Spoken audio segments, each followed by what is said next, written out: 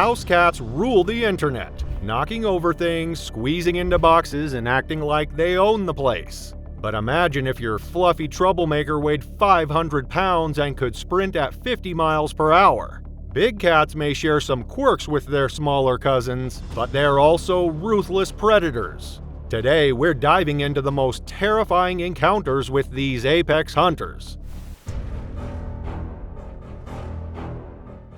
In late April 2018, the Marachelli Animal Sanctuary thrived with life, its grounds humming with visitors eager to glimpse its magnificent predators.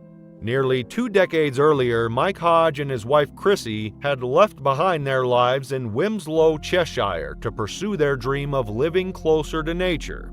They arrived in South Africa in 1999, determined to make a difference in wildlife conservation. After years of hard work, they founded the sanctuary in 2010, creating a haven for big cats and a space where people could learn to appreciate these majestic creatures. For Mike, this work was more than a career, it was his calling. A 72-year-old British expat, he saw the sanctuary as the culmination of nearly 2 decades of dedication to these powerful animals. Mike had a reputation as a lion whisperer, a man whose bond with his cats seemed almost otherworldly. But even as he greeted guests and carried out his daily routines, the sanctuary's delicate balance between harmony and danger lingered. One lion in particular embodied this fragile balance: Shamba, a 10-year-old male who weighed nearly 400 pounds. His golden mane caught the sunlight as he paced his enclosure, exuding both grace and raw power. Raised by Mike from a cub, Shamba was known for his intelligence and dominance, traits that left visitors awestruck. Yet, as beautiful as he was, Shamba's primal instincts remained intact. That day, his pacing hinted at an unease no one could yet explain, but it was a sign of the chaos that would soon unfold. The day had begun like any other. Visitors to the sanctuary marveled at the lions from behind the safety of fences as Mike conducted his usual rounds. Among the crowd was Luanzi, a senior staff member and trusted colleague of Mike. He had been leading a group of visitors on a tour of the sanctuary, sharing anecdotes about the lions and their behavior when Shamba's restlessness caught his attention. Concerned, Luanzi excused himself from the group and joined Mike to assess the situation. He was meticulous, ensuring the enclosures were secure and the animals well cared for. But that afternoon, something was amiss. Shamba appeared restless, pacing his enclosure with a deliberate intensity. Perhaps it was the rising temperature or an unseen disturbance, but his agitation didn't go unnoticed. Mike, ever attuned to the behavior of his animals, decided to investigate. It was a decision that would lead him into the lion's den, literally and figuratively. Stepping through the gate into Shamba's enclosure, Mike exuded a calm confidence. He had done this countless times before, trusting in his knowledge and experience to guide him. Shamba watched him closely, his movements measured and deliberate. To the untrained eye, the lion seemed curious, almost calm. But Mike knew better. He spoke to Shamba in a soothing tone, his voice steady as he approached. Yet, even the most seasoned handler can't predict when a predator's instincts will take over.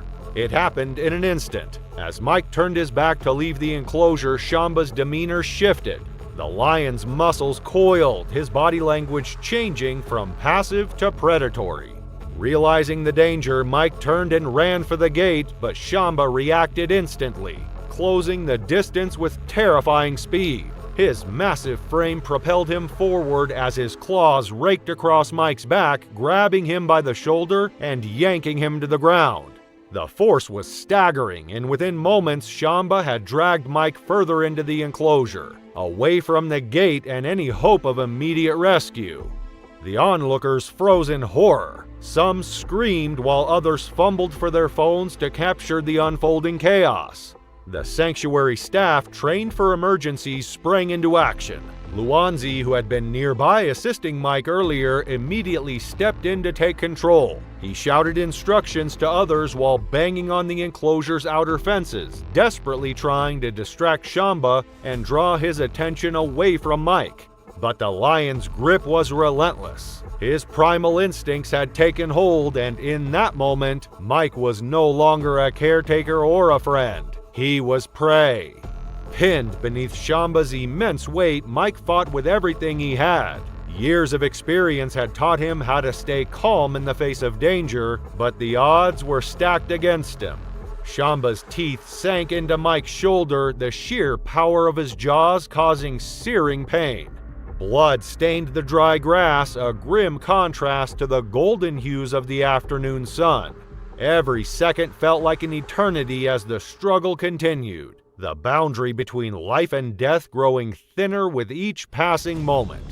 Finally, Luanzi made a decisive action, grabbing a rifle he kept for emergencies and fired at Shamba. The shock struck the lion, causing him to release Mike momentarily. Seizing the opportunity, Luanzi and other staff members rushed in, creating a barrier between the lion and his victim. However, the lion's injuries proved fatal shortly after the incident. Mike, bloodied and barely conscious, was dragged to safety. An ambulance was already on its way, but the damage had been done. The aftermath was devastating. Mike was airlifted to Johannesburg Hospital, where doctors worked tirelessly to treat his injuries. He required over 100 stitches to close deep lacerations on his back, arms, and shoulders. His jaw was broken in multiple places, necessitating complex reconstructive surgery, and puncture wounds covered his body, each one a sign of Shamba's immense power. His recovery was long and grueling, marked by excruciating pain and months of physical therapy. Miraculously, he survived, but the emotional scars ran just as deep as the physical ones. Shamba's fate was sealed that day. The decision to euthanize him was not made lightly, but it was deemed necessary to ensure the safety of future visitors and staff. The loss was felt deeply by Mike and his team, a tragic end for a lion they had nurtured for a decade. Shamba's death sparked a wave of public debate, with some questioning the ethics of keeping such powerful animals in captivity, and others defending the sanctuary's mission of conservation and education. For Mike, the incident marked a turning point. The sanctuary temporarily closed but reopened in mid-May 2018, implementing stricter safety protocols, including reinforced enclosures and revised procedures for interacting with the animals. Today, the Marakele Animal Sanctuary continues its work, honoring both the beauty and danger of the creatures it houses. And while the scars from that fateful day remain, so too does Mike's unwavering commitment to the animals he loves. It was April 2017, and 12-year-old Christian Prinsloo, known as Tian to his friends and family, was enjoying his school holiday in the South African countryside. As the 2-week break began, Tian made his way to his grandmother's home near Lefalale, a quiet town on the edge of the Bushveld. It was a time of adventure for him, a chance to escape the routine of everyday life. Little did he know, this trip would end in a tragedy that no one could have predicted. Tian's grandmother, Mary Strydom, had a home nestled in the heart of South Africa's wild landscapes. The area was known for its sprawling farms, vast open fields, and the occasional wild animal sighting. Mary had lived there for years, deeply connected to the land and the tight-knit farming community. It was a place where Tian had spent many holidays, surrounded by the peace and beauty of rural life. He enjoyed the quiet days spent exploring the area, reading in the local library, and visiting nearby farms to see the animals. But there was one place Tian particularly loved to visit, a farm where his family friends, the Voss couple, raised lions. They were a quiet but dedicated couple who ran a breeding facility for these majestic and dangerous animals. They kept 3 adult lions, hand-raised but still wild in their instincts. The Voss couple treated the lions with care and respect, making sure their cages and enclosures were secure. The lions were kept in their enclosures, only allowed to roam the property under the watchful eyes of their owners, or so it was believed. It was on this farm that Tien, accompanied by his grandmother, spent an afternoon chatting with the Voss couple. It was a casual visit, one Tien had made many times before. The lions had already been out for their daily walk and had returned to their enclosures by the time Tien and Marie arrived. As the adults spoke over tea, Tien was oblivious to the danger that was about to unfold. The house was bustling with activity. Mary and Mrs. Voss were in the kitchen while Tien moved about looking for his favorite book. What he didn't know was that, unbeknownst to the adults, one of the lions had escaped its enclosure. A gate, left ajar or improperly closed, had given the lion the opportunity it needed. No one realized the danger until it was too late. In the blink of an eye, the massive male lion appeared in the doorway. Tien, already familiar with the lions but never completely naive about their wild nature, froze. He had always been told the same thing. The lions were not tame despite being raised in captivity. But what could have prepared him for the sight of one of these beasts in the house? Marie saw the lion first and immediately stepped between Tien and the predator, trying to shield her grandson with her own body. The lion, though seemingly calm, locked its eyes on Tien and stepped closer, testing the air. Marie, remaining calm despite the mounting danger, urged Tien to run for safety, but it was too late. Tien turned to flee, and in that split second, the lion sprang into action, covering the distance between them in mere moments. Tien never stood a chance. The lion pounced, its claws digging into Tien's small back, its jaws sinking deep into his flesh. With the speed and force of a wild animal, it took him down to the ground. Tien screamed, but his cries were quickly muffled by the weight of the lion's attack. Marie, with every ounce of strength she had left, lunged at the lion, grabbing its thick mane and pulling with all her might. She screamed, calling for help, but it was a losing battle. The lion swiped at her, raking its claws across her arms and shoulders as she desperately tried to protect her grandson. In the chaos, Mrs. Voss returned to the scene. The lion, momentarily distracted, turned away from Tien. It was a fleeting moment of hope, but the damage was already done. The lion, now subdued by Mrs. Voss, was quickly returned to its enclosure, and she rushed to call for help. Marie, however, did not wait. Despite her own injuries, she grabbed the car keys, tossed them to Mrs. Voss, and picked up Tien. She carried him to the car and sped toward the nearest hospital, knowing time was running out. It took them 20 minutes to reach the hospital, but by the time they arrived, it was clear that Tien's injuries were catastrophic. His back and neck were shredded, his breathing shallow and labored. The doctors did what they could to stabilize him, but it was only a temporary measure. The damage to his spine was severe. Tien was airlifted to Pretoria, where he was transferred to a more equipped facility, but even then, the outlook was grim. For 3 weeks, Tien remained in a coma, his body clinging to life through machines. His parents, Herman and Andre Prinsloo, kept a constant vigil, hoping for a miracle. But the miracle never came. On the 26th of April, just one day after his 12th birthday, Tien passed away.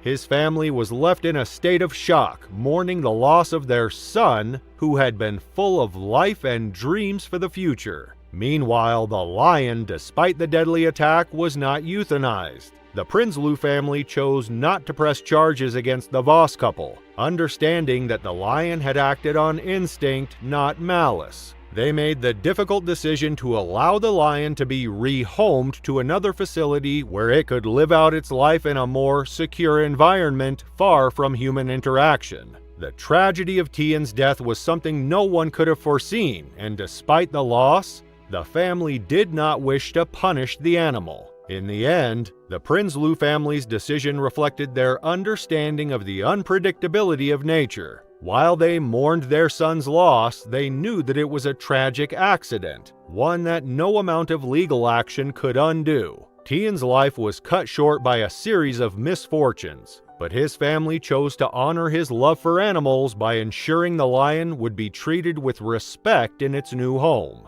Despite their domestication, these creatures are still driven by primal instincts that no amount of care or training can suppress. Nature, in its purest form, remains untamable, and even the most careful decisions can lead to tragic consequences. Samantha Koudway was an extraordinary figure in the world of wildlife conservation. At 43 years old, she had dedicated over 2 decades to her passion as a zookeeper and had become one of the foremost experts in captive breeding programs for endangered species. For much of her career, she worked at Hamilton Zoo in New Zealand, where she served as head curator. This role allowed her to lead groundbreaking efforts to preserve rare animals, including Sumatran tigers, whose survival depended on breeding programs like the one she championed. Among Hamilton Zoo's most remarkable residents was Oz, a majestic Sumatran tiger who had a special place in Samantha's heart. Under her care, Oz had fathered 2 cubs, a monumental achievement for the species' conservation. Calm yet commanding, Oz embodied the zoo's success, and Samantha saw him as key to their future plans for saving his kind from extinction. Her bond with the tiger reflected her unwavering dedication to her work and her love for the natural world. In September 2015, Hamilton Zoo welcomed a delegation from Melbourne, Australia, who had come to observe the zoo's management of large carnivores and their renowned breeding programs. As head curator, Samantha took great pride in showcasing the team's accomplishments. On the morning of their visit, she arrived early to prepare for the day's tasks. From feeding routines to enclosure checks, Samantha moved through her duties with focus and care. But despite the promising start, an unsettling energy hung in the air, particularly near Oz's enclosure. Oz had been restless for weeks, his agitation fueled by the scent of a female tiger in the neighboring enclosure. As mating season began, the powerful tiger paced his den, his golden fur catching the morning sunlight and low growls rumbling as a warning to all nearby. Samantha, with over 2 decades of experience, recognized the signs of heightened aggression during this time. Still, she wasn't concerned. She had handled Oz countless times before and trusted her instincts. At Hamilton Zoo, the safety of staff and animals was a top priority, with each enclosure designed to minimize risk. The large carnivores were housed in multi-sectioned areas, a secure den for nighttime, a feeding area, and a spacious exhibit filled with plants, sand pits, and enrichment tools like branches and toys. Heavy-duty snap-lock gates separated each section, ensuring that animals couldn't access areas being cleaned or prepared. These gates had never failed before, but on this day they would. That morning, the team had already completed most of their rounds, moving the carnivores into their feeding spaces while readying the main enclosures. Samantha, as usual, was busy tending to the animals, moving methodically through her routine. After checking on the red pandas, she entered the feeding area of Oz's enclosure to ensure everything was ready for the day. Oz, confined to the night part of his enclosure, was unsettled by the scent of a nearby female tiger in heat. He paced relentlessly within the small space, his sharp eyes occasionally darting toward the gate that separated him from the feeding area where Samantha worked. Samantha wasn't fazed. This wasn't her first time working with a tense big cat during mating season. She trusted her experience and calmly continued her tasks. As Samantha worked in the feeding area, a small but critical oversight was unfolding. The gate separating Oz's night part from the feeding area had a subtle misalignment, an issue she'd noticed before but hadn't yet had time to fix. She assumed it was secure, as it had been countless times before. But as she turned to adjust her wheelbarrow, the heavy gate swung open slightly, its mechanism failing to snap shut. Focused on her tasks, Samantha didn't see the shift. To most, the slight movement might have seemed like nothing, but to Oz it was everything. His heightened senses, already on edge from the female's scent, immediately picked up on the shift. The tiger froze in his den, his sharp eyes locking on the open gate. What had been a routine morning for Samantha was now spiraling into something far more dangerous, and she hadn't yet realized the critical mistake. By the time Samantha realized what had happened, it was too late. Oz had already stepped into the feeding area, moving silently from his den through the now open gate. His powerful muscles rippled with each calculated step, his instincts driving him forward. Samantha turned, but her years of experience and quick reflexes were no match for the tiger's raw speed and instinct. The predator was free, and the carefully controlled safety of the enclosure had just been shattered. Samantha spun around just as the tiger lunged. Oz closed the distance in 4 powerful strides, his massive paws hitting the ground with a deafening thud. There was no time to react. Before she could move, the tiger was already upon her. Oz struck with force, his body slammed into hers, sending her crashing to the ground. She struggled to regain her balance, but it was useless. The tiger's strength overwhelmed her as his claws sank into her shoulders and his weight pinned her to the earth.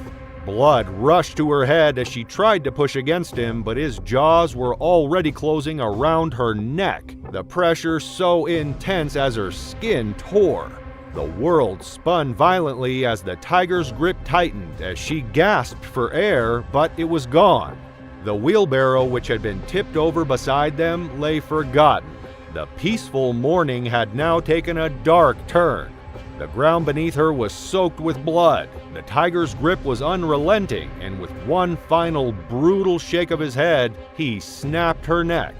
Oz stepped back, his eyes still fixed on her. He wasn't hungry, he wasn't even particularly interested in the body, but the danger had passed. The female tiger was no longer a threat, and Samantha, in his eyes, had been nothing more than a distraction.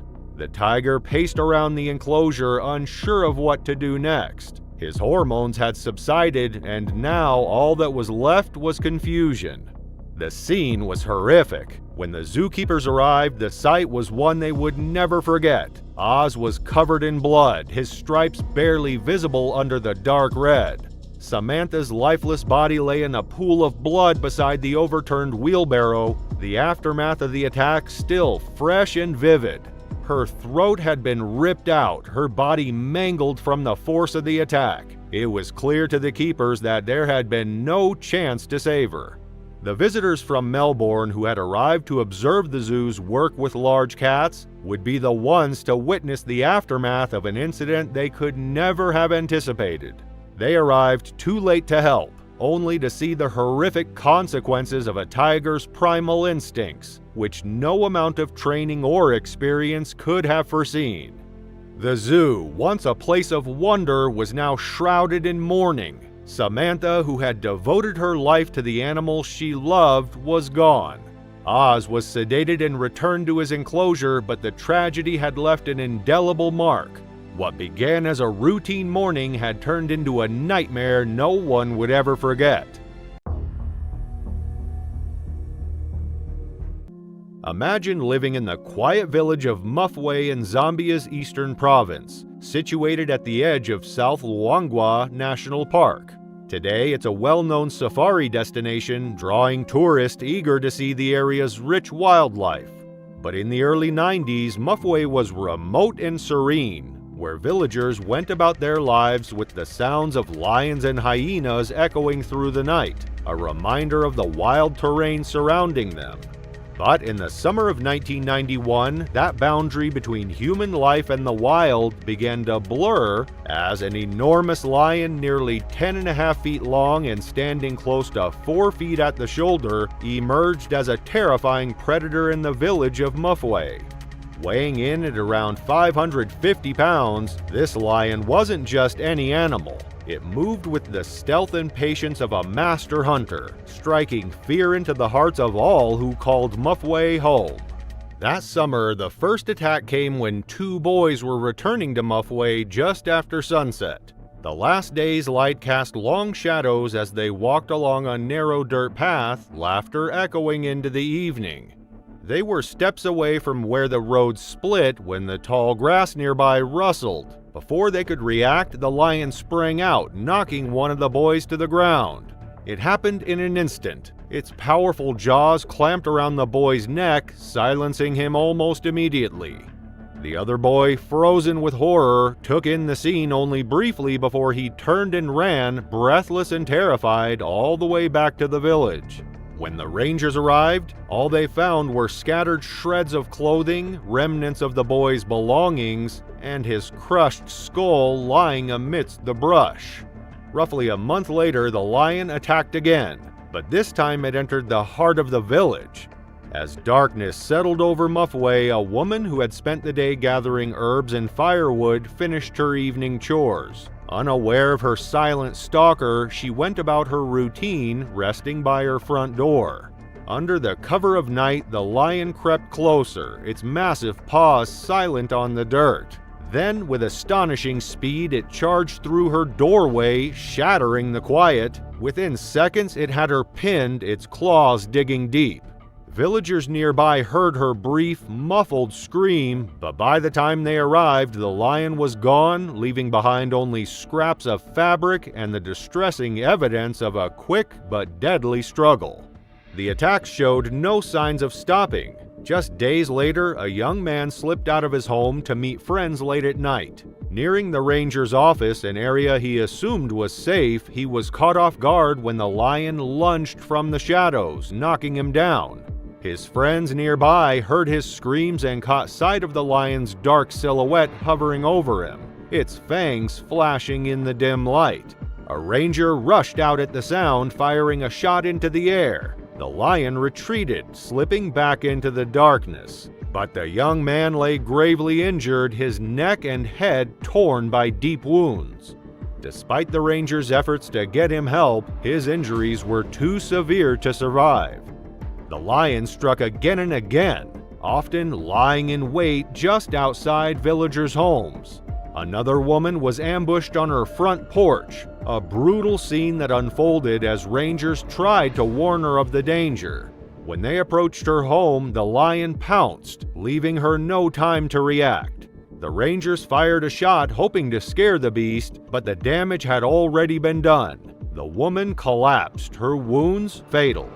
The attacks only grew bolder, leaving the villagers feeling helpless. After each life it claimed, the lion seemed to gain confidence, even returning days later to one of its victims' homes. To their horror, it strolled through the village in broad daylight, heading straight to the home of the last person it had killed, and seized her laundry bag, carrying it as a morbid trophy. Moving with the bag in its jaws, it roared, pacing through the center of Muffway as though taunting those who watched from behind their doors. Over the next few days, the lion played with the bag, batting it like a toy, fueling the villagers' belief that they were dealing with something far more ominous than an ordinary animal, a demon with a twisted appetite for terror. The community was at its breaking point, each night filled with dread as families huddled indoors, alert to every faint sound outside. Daily tasks became acts of courage, with villagers venturing out in groups, speaking quietly and constantly scanning their surroundings. Despite the best efforts of local rangers, the lion evaded every trap with a startling awareness, as if it were mocking their attempts to capture it. Desperation mounted, and professional hunters were brought in to put an end to the nightmare. Yet the lion seemed to anticipate their every move, slipping away each time, leaving the village feeling utterly outmatched. For 3 weeks, American hunter Wayne Hosek joined the Rangers, laying intricate traps, shifting positions, and studying the lion's patterns with unwavering focus. It was a grueling test of patience and skill, with the lion evading Hosek time and again, leading him through a relentless game of cat and mouse across the plains. Hosek, however, was relentless, waiting for the moment when the lion would finally make a mistake. That chance arrived in a tense standoff and with a steady hand he delivered the final decisive shot. As the lion lay still, a deep quiet settled over the village, a quiet not born of fear but of long-awaited relief. The predator of Muffway, the shadow that had haunted their lives, was finally defeated. Villagers gathered cautiously around Hosek and the lion's massive form, some reaching out to touch the creature that had once terrorized their every step. Though calm returned to Muffway, the impact of the lion's presence remained. Its body was eventually sent to the Field Museum in Chicago, where it's included as part of the village's history. Around fires, villagers continued to share the story of the relentless hunter, weaving it into the lore of their community, a cautionary tale of the wild forces that live within Africa's vast landscapes. On a frosty March morning in 2019, the small Czech village of Zidikov stirred to life beneath a pale winter sky. Nestled in the Moravian Silesian countryside, this quiet town was surrounded by snow-dusted hills and thick forests. It was the kind of place where neighbors exchanged friendly nods, and life moved at a slower pace. But beneath the calm of that frosty morning, a predator's cage held the beginnings of a tragedy, one that would leave blood in the snow and the village forever haunted by what escaped. Michael Prasek, a 33-year-old resident of Zidikov, was a man of contradictions. To many in the village, he was a mystery, both reclusive and friendly, deeply passionate but fiercely stubborn. He lived with his father in their modest family home on the edge of town, where he had turned their property into an unusual sanctuary for exotic animals. His fascination with wildlife had become an obsession in 2016 when he acquired Fufi, a young male lion. 2 years later, he purchased a lioness, adding Cleopatra to his collection and setting his sights on breeding the animals. Neighbors were uneasy from the start. Lions, after all, were not typical residents of the Moravian countryside. Concerns grew as the animals matured into powerful predators, each weighing more than 400 pounds. Fufi's deep roars echoed through the village at night, and Cleopatra's agile, muscular frame prowled behind the bars of her cage. Despite warnings from locals and even his own family, Michael insisted he had everything under control. For Michael, these lions were more than pets, they were his life's purpose. Every day he devoted hours to caring for them, hauling crates of meat to their enclosures, and meticulously maintaining their cages. He believed he understood them better than anyone, often telling others they were part of his family. But Michael's confidence blinded him to danger. Over time, his bond with the lions became a source of tension with neighbors and authorities alike. In 2018, Michael made national headlines after a shocking incident involving Cleopatra. On a summer afternoon, he decided to walk the lioness on a leash near his property. The sight of the enormous predator on a public road sent a cyclist crashing into her. Though no one was seriously injured, the incident amplified fears in the village and brought renewed scrutiny from local officials. Michael was fined for keeping the lions without proper permits, but enforcement proved difficult. Sanctuaries for larger predators were overcrowded, and the cost of relocating the animals was prohibitive. With no clear solution, Michael was allowed to keep the lions, much to the frustration of his neighbors. By March 2019, tensions surrounding Michael's lions had reached a boiling point. His father, who lived with him, repeatedly warned him of the risks. His sisters, who had once visited regularly, avoided the property entirely, fearing for their children's safety. But Michael remained defiant, convinced that his understanding of Fufi and Cleopatra set him apart from the others. On the morning of March 4th, the Moravian countryside was cloaked in frost, the air sharp and biting. Michael began his day as he always did, feeding the lions. Carrying a bucket of fresh meat, he trudged through the snow toward the enclosures. The sight of Fufi pacing behind the bars didn't faze him.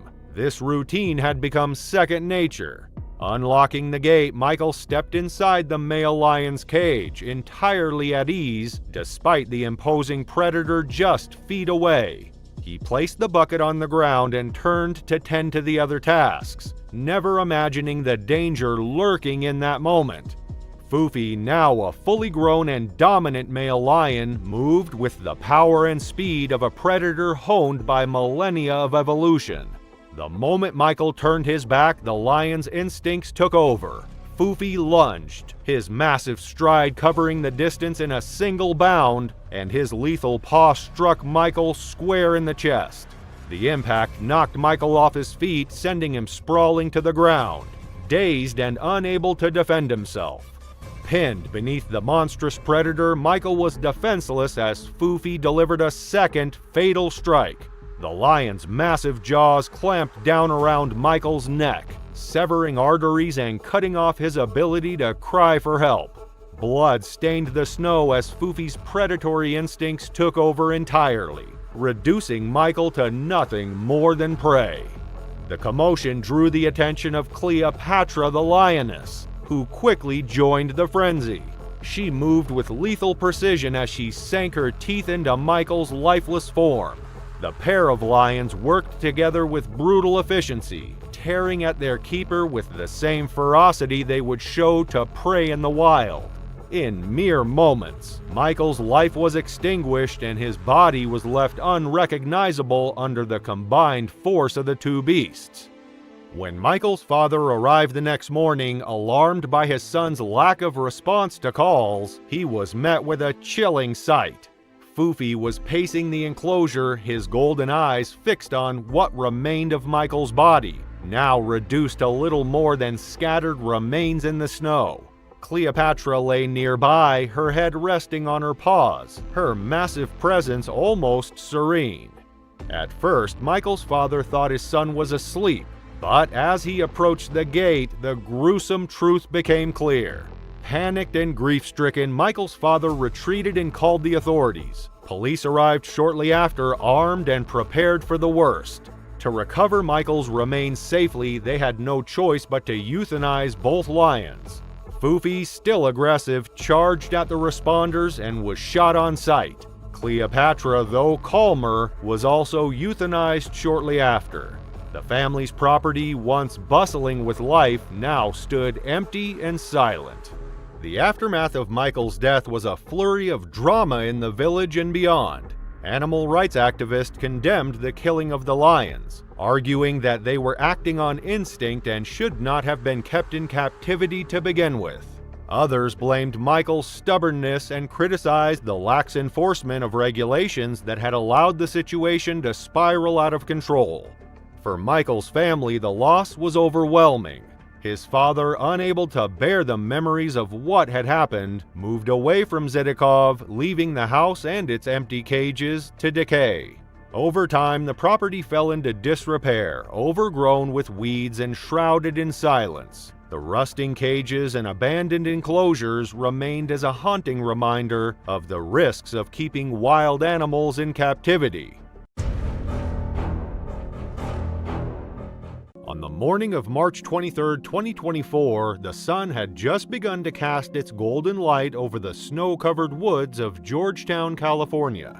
The air was crisp and the silence of the wilderness wrapped around two brothers as they made their way deeper into the forest. Talon and Wyatt Brooks were no strangers to these woods, having spent countless hours hunting and camping here since they were children. Their father, a seasoned outdoorsman, had taught them not only how to track and hunt, but also how to survive in the wild, lessons that had shaped them into skilled hunters. That morning, the brothers set out on an expedition to collect shed antlers and hunt wild boar, a task they looked forward to each year.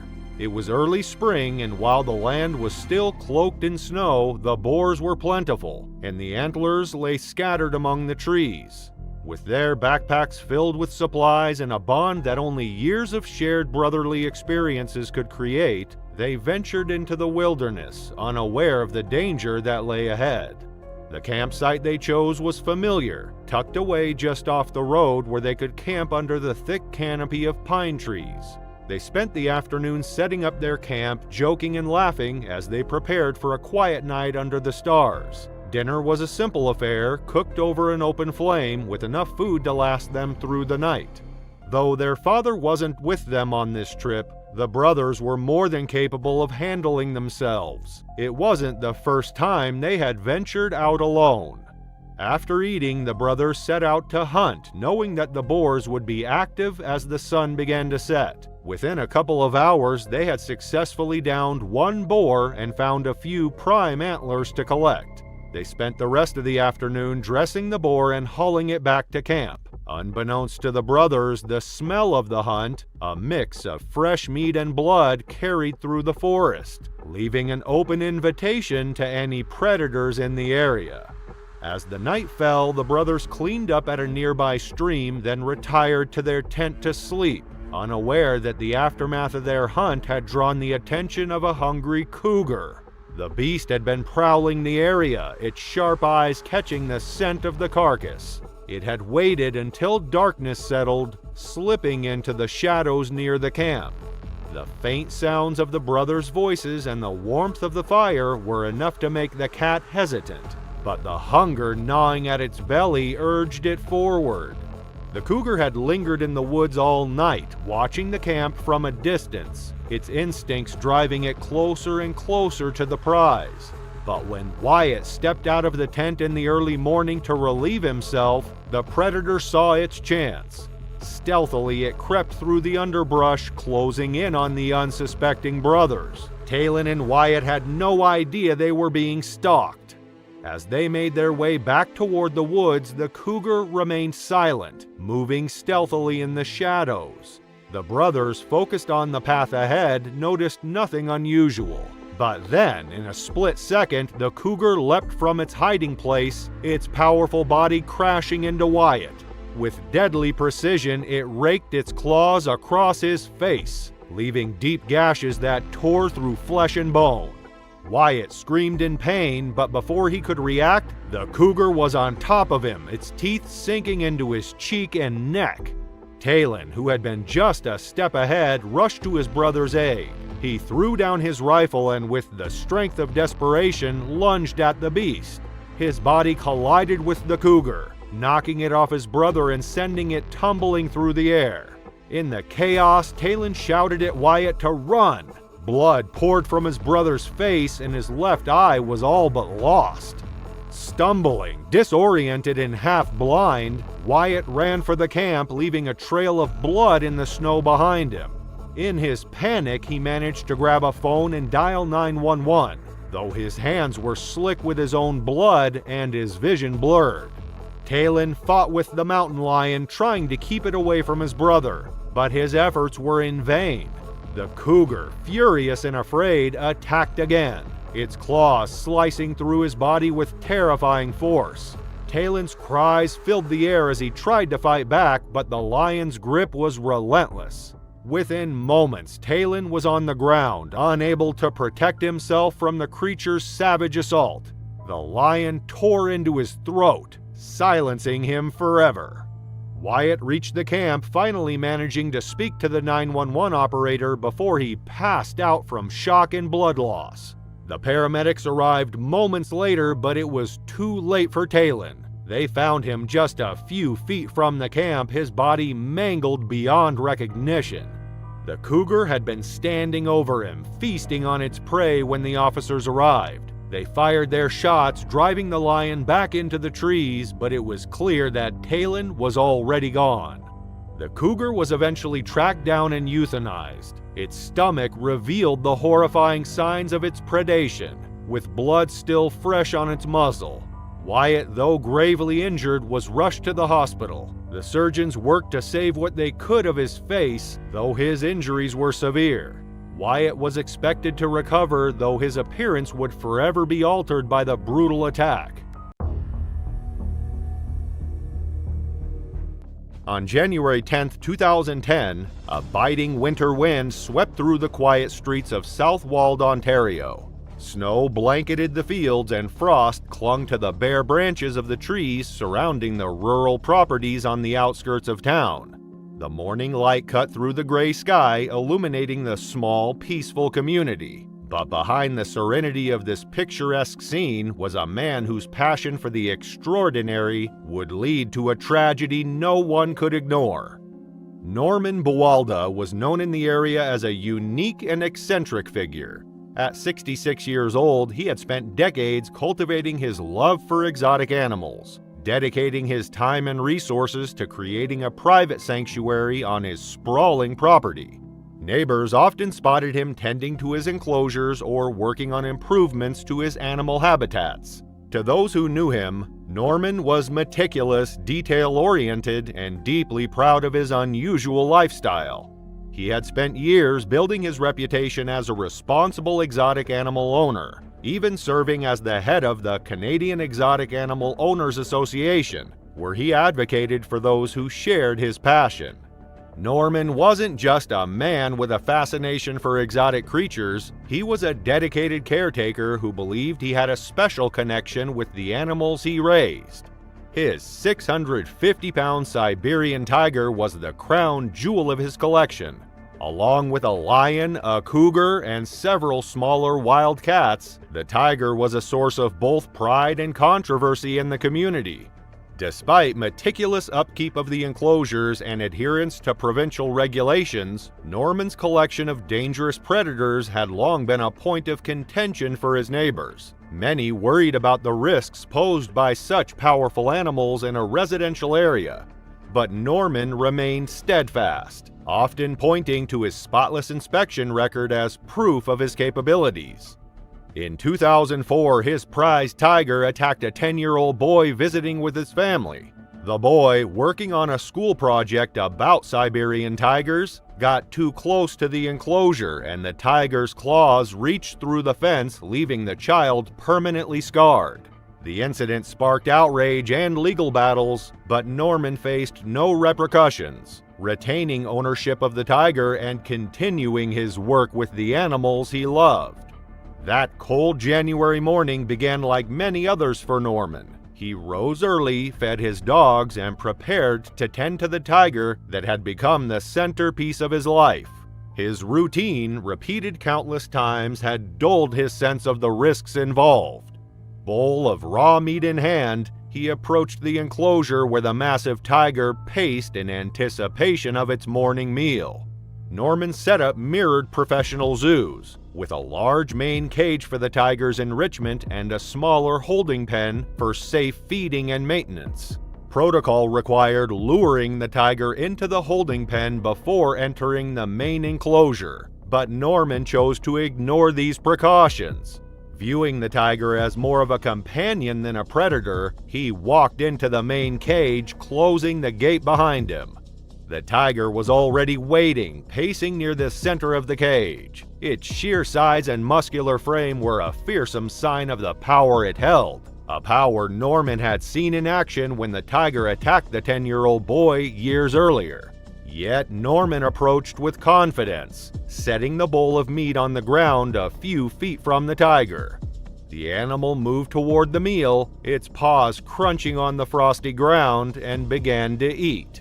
But then Norman made a fatal mistake. As he turned to leave the enclosure, he turned his back on the tiger. In the wild, turning one's back on a predator signals vulnerability, and even the most well-trained animals can't suppress their instincts entirely. The tiger, sensing the opportunity, abandoned its meal in an instant. With shocking speed, it lunged at Norman, knocking him off his feet. The sheer force of the tiger's body sent him sprawling to the ground, and before he could react, its powerful jaws clamped down on his neck. The tiger's teeth tore through flesh and muscle with ease, severing arteries and nearly decapitating him in a single motion.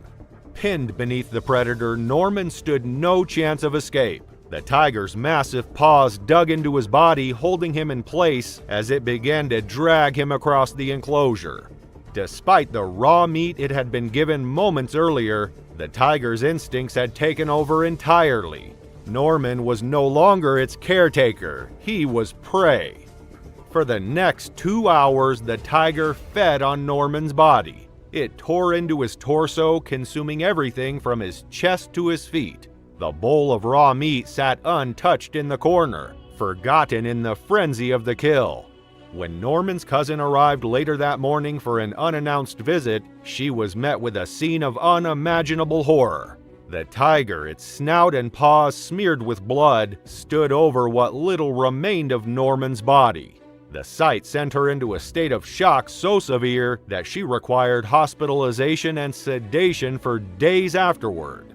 When authorities arrived, they found the tiger pacing in its enclosure, its massive frame smeared with blood from what remained of Norman's body. Calm but imposing, the animal was secured with the help of wildlife professionals who sedated it before removing it from the property. The tiger was eventually sold to a private collector at an undisclosed location, fueling ongoing debates about the ethics of keeping such dangerous predators after fatal incidents. Investigators concluded that Norman had bypassed essential safety protocols, opting to feed the tiger directly rather than confining it to the holding pen. His overconfidence in his connection with the animal proved fatal, as the predator's instincts took over. Though his enclosures met legal standards, his handling practices exposed the dangers of keeping exotic creatures in captivity. Norman's death prompted renewed calls for stricter regulations in Ontario, highlighting the risks of underestimating the true nature of such animals. The heart of Africa is an unbounded, otherworldly place, a land where every shadow hints at hidden predators, and the horizon stretches wide and wild. This was where Lily Craig, a 28-year-old adventure vlogger from Seattle, found herself ready to capture the thrill of the unknown. Raised in the misty forest of the Pacific Northwest, Lily grew up with a deep love for nature, one that had driven her across the globe in search of extraordinary landscapes and untamed wildlife.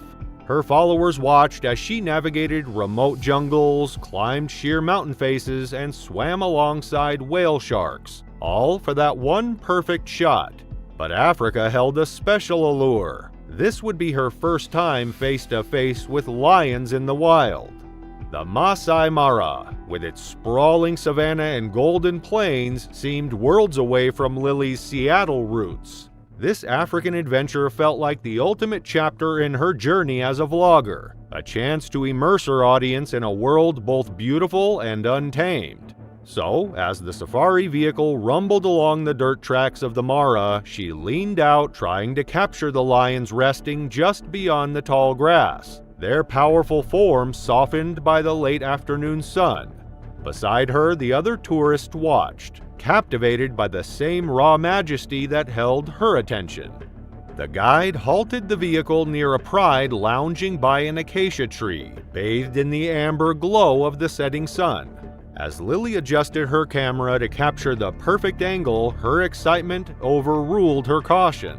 She stepped down from the vehicle, hoping to get closer to the pride for a better shot. Distracted by her camera, she misses the quiet warning from the guide, focused only on her lens and the lions ahead. Then, in one misplaced step, she stumbled down a small incline, her foot slipping on the loose, dry earth. Her camera flew from her grip, capturing her fall and the startled lions as she tumbled. Before she could right herself, the ground seemed to vibrate. A massive male lion, alerted by her sudden movements, had fixed its gaze on her. In that instant, the lion charged, its muscular frame cutting across the savanna with breathtaking speed. Lily barely had time to scream as it closed the distance between them, each bound bringing her face to face with the apex predator she had long admired from a distance. It reached her in seconds, swiping at her with a massive paw and knocking her backward. Pain surged through her as she struggled to shield herself from its powerful strikes. The guide, Mashina, saw the attack unfold and wasted no time. He sprang from the vehicle, shouting and waving his arms, trying to divert the lion's attention. His voice rang out across the savanna, a primal cry that finally made the lion pause. Eyes locked on Machina, the lion hesitated, shifting its focus just long enough for Lily to scramble to her feet, trembling and disoriented. She staggered back toward the safari vehicle, clutching her side, her mind reeling from the near-fatal encounter. Machina stood firm, maintaining eye contact with the lion, his hands raised in a stance of dominance. For what felt like an eternity, they faced off, the lion seemingly torn between retreat and attack. But finally, with a low growl, it backed away, returning to the pride. Machina kept his gaze locked on the lion until it slowly retreated into the grass, its interest waning. He hurried back to the vehicle, finding Lily pressed against her seat, her face pale, and her breathing shallow. Bruises had already begun to form where the lion had struck her, darkening across her chest and arms. The other passengers looked on in stunned silence, the gravity of what they'd witnessed sinking in as the driver turned the vehicle back toward camp at top speed, maneuvering quickly but carefully over the rough terrain. Back at the camp, the staff were prepared. A nurse and other team members met them as soon as the vehicle rolled to a stop, guiding Lily to a makeshift medical area where they could assess her injuries. The nurse checked her pulse and applied cold compresses to her bruises, offering water and keeping her comfortable as she recovered. Staff members gathered quietly nearby, some calling local medical services to ensure additional care was available if needed. Over the next few days, Lily stayed at the camp, resting and regaining her strength under the watchful care of the staff. She spent time with Machina discussing the attack and how quickly the situation had escalated. They talked over the incident, reflecting on the importance of following safety protocols in the wild, and Machina took the opportunity to emphasize how easily nature's most powerful predators could react with deadly force. The safari company took the incident seriously, reviewing safety measures for all guests and implementing new rules to ensure closer supervision during excursions.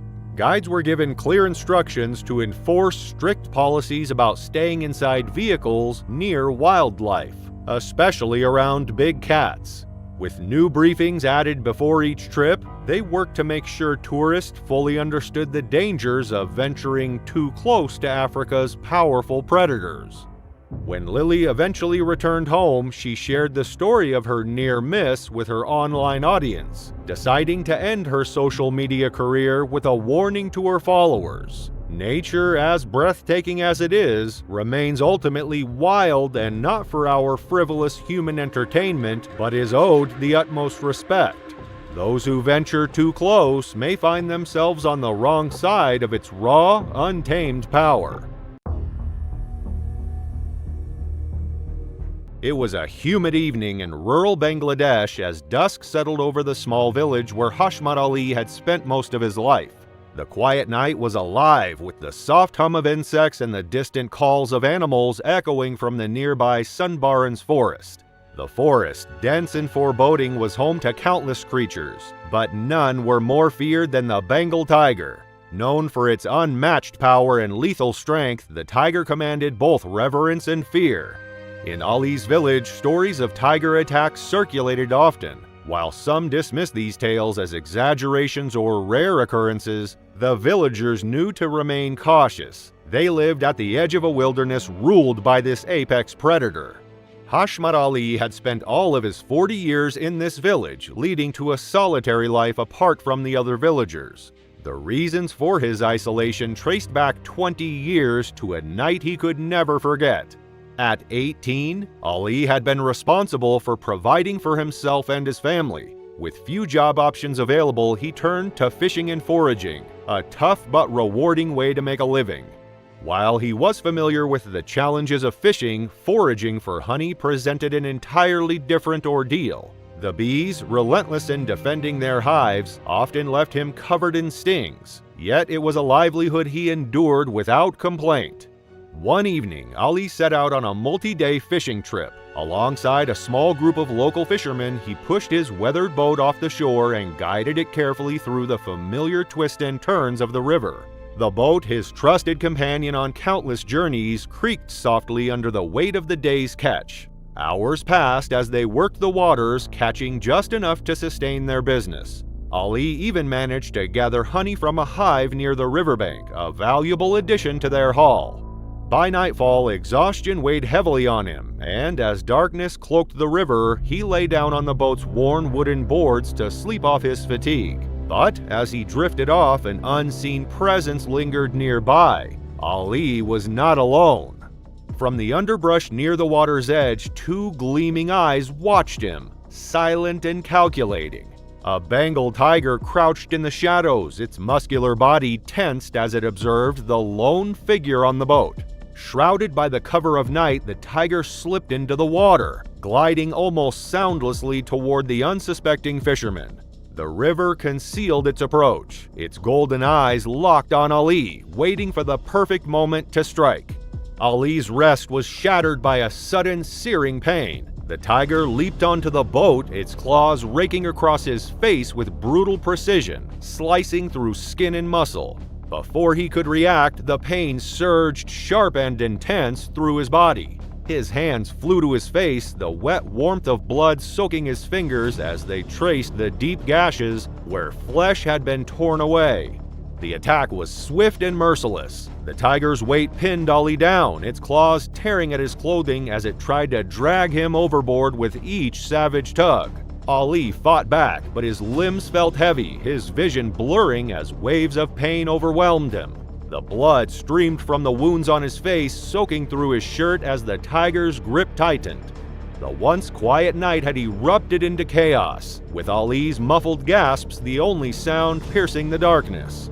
The commotion drew the attention of his crew, resting in another boat nearby. They rushed over only to be confronted by a nightmarish scene. Ali lay half slumped in the boat, his hands pressed against his torn face while the tiger's powerful form loomed over him.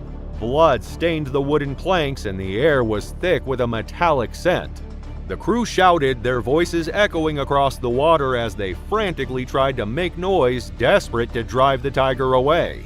The tiger hesitated, its ears flicking backward in agitation at the sudden uproar. In a sudden burst of fury, the crew began slapping the sides of the boat with their oars, creating a cacophony that startled the predator. The tiger loosened its grip on Ali's clothing and, with a final growl, vanished into the night. The river felt silent once more. The only sounds, the gentle lapping of water and Ali's shallow, labored breaths. Ali's injuries were beyond devastating. The tiger's claws had left his face brutally mangled, with deep, jagged wounds tearing through flesh and bone, a grim testament to the unforgiving force of nature. His co-workers, desperate to save him, rushed him to the nearest hospital. The wooden boat creaked under the strain of their frantic paddling as they raced against time. Once there, Ali was brought to a small clinic where a doctor worked tirelessly under the dim light of an oil lamp, fighting to keep him alive. The doctor labored for hours to stop the bleeding and close the wounds, stitching his torn flesh together as best as he could. Miraculously, Ali survived, but the attack left him with deep physical and emotional scars that would shape the rest of his life. After the attack, Ali withdrew from the outside world, spending most of his time at his home. He felt a deep sense of shame in the presence of his family and friends, fearing his appearance brought them embarrassment. When he ventured out, he hid his face behind a cloth, avoiding the judgmental eyes of strangers. Despite his hardships, Ali's determination never wavered. Over the years, he saved every penny he could to afford reconstructive surgeries. While the procedures couldn't fully restore his face, they brought him closer to a sense of normalcy. For the first time in decades, he was able to show his face without hesitation, finally shedding the cloth that had hidden him for so long. His scars, though still visible, stood as a powerful reminder of his resilience and the strength it took to move forward. On February 2, 2013, the Suarez Brothers Circus set up its grand tent in the small town of Echochoa, Sonora, Mexico. The arrival of the circus was a highlight for the local community, a chance for families to experience the wonder and thrill of live performances under the bright light of the big top. Among the performers that evening was Alexander Crispin Suarez, a 35-year-old animal trainer whose daring acts with Bengal tigers were the centerpiece of the show. Known for his mastery and precision, Alexander's work brought audiences to their feet with every performance. But this night would mark the end of his career in the most devastating way. Alexander came from a family forged in circus tradition.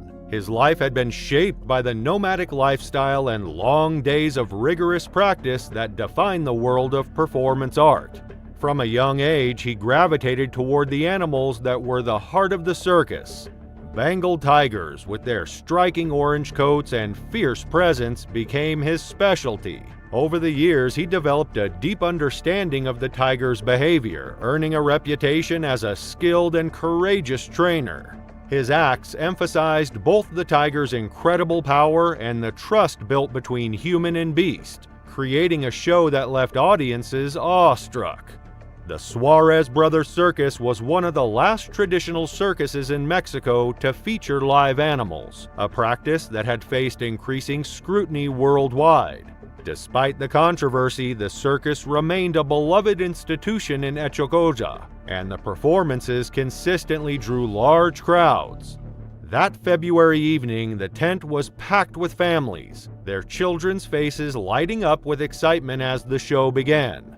The audience cheered as acrobats, clowns, and other performers took the stage, preparing the scene for Alexander's grand act with the tigers. When Alexander stepped into the ring, he was accompanied by 2 Bengal tigers. The animals moved with controlled elegance, their muscular bodies reflecting the harsh glow of the stage lights. The act began with a well-rehearsed routine. Alexander jogged in circles around the tigers, cueing them to spin on low platforms. The synchronization between the trainer and the animals was mesmerizing, a witness to their countless hours of practice. The audience watched in amazement, their cheers and applause resounding through the tent. But in an instant, the controlled atmosphere disappeared. One of the 450-pound tigers abruptly stopped its spin and turned toward Alexander. Without hesitation, the tiger lunged, knocking him to the ground with its immense weight. Gasps erupted from the crowd as the tiger clamped its powerful jaws around Alexander's legs, dragging him across the ring. The other tiger remained still, its eyes fixed on the commotion as chaos unfolded. Circus staff rushed into the ring, wielding metal stands to try to separate the tiger from Alexander. They struck the tiger repeatedly, but the animal's grip did not loosen. The audience, initially unsure if the attack was part of the act, quickly realized the gravity of the situation. Screams filled the air as parents grabbed their children, fleeing toward the exits. The joy and excitement that had filled the tent just moments earlier gave way to panic and chaos. As the staff continued their efforts, the tiger attacked again, this time sinking its teeth into Alexander's neck. The trainer lay motionless on the sawdust-covered floor, his body battered and bloodied. The once vibrant atmosphere of the circus had turned into a scene of horror, with the audience scrambling to escape and the staff desperately trying to save their colleague. Finally, the tiger released Alexander and was forced back into its enclosure, but the damage had already been done. Alexander was rushed to a nearby hospital in Huatabambo, where medical personnel worked tirelessly to save his life. The injuries were severe. Deep puncture wounds to his neck and legs, massive blood loss, and internal trauma. Despite their best efforts, Alexander succumbed to his injuries shortly after arriving at the hospital. Word of the tragedy traveled quickly, rippling through the local community and beyond. In the days following the attack, authorities launched an investigation into the incident. Inspectors confirmed that the Suarez Brothers Circus held valid permits for its 11 Bengal tigers and other exotic animals. However, the attack reignited debates about the ethics and safety of using wild animals in performances. Critics pointed to the inherent risks of working with such powerful creatures, even under the most controlled circumstances. Animal rights groups called for an end to live animal acts, arguing that these performances endangered both the animals and the humans who worked with them. The Suarez Brothers Circus continued its tour, but the memory of that night cast a shadow over every performance. The tragedy lingered with the Suarez Brothers' name, transforming what was once a source of joy and wonder into a gruesome reminder of the dangers lurking behind the spectacle. The circus community mourned the loss of Alexander, a man who had dedicated his life to the art and to the animals he worked with. On a moonless night in February 2018, the South African bush lay in an eerie silence, broken only by the occasional call of nocturnal creatures. Darkness enveloped the private game reserve near the edge of Kruger National Park, a sanctuary for wildlife and a dangerous frontier for those who sought to exploit it. Amid the shadows, 3 figures moved cautiously, their rifles slung across their backs, their movements deliberate. Among them was 50-year-old David Baloyi, a resident of Mavudza village in Mozambique. David's life, like many in his remote village, was one of hardship. Mavudza, situated in the Masengeri area, is a place of stark poverty where survival often depends on subsistence farming. Corn, cassava, peanuts, and rice grow in the sandy soils, yielding meager harvests.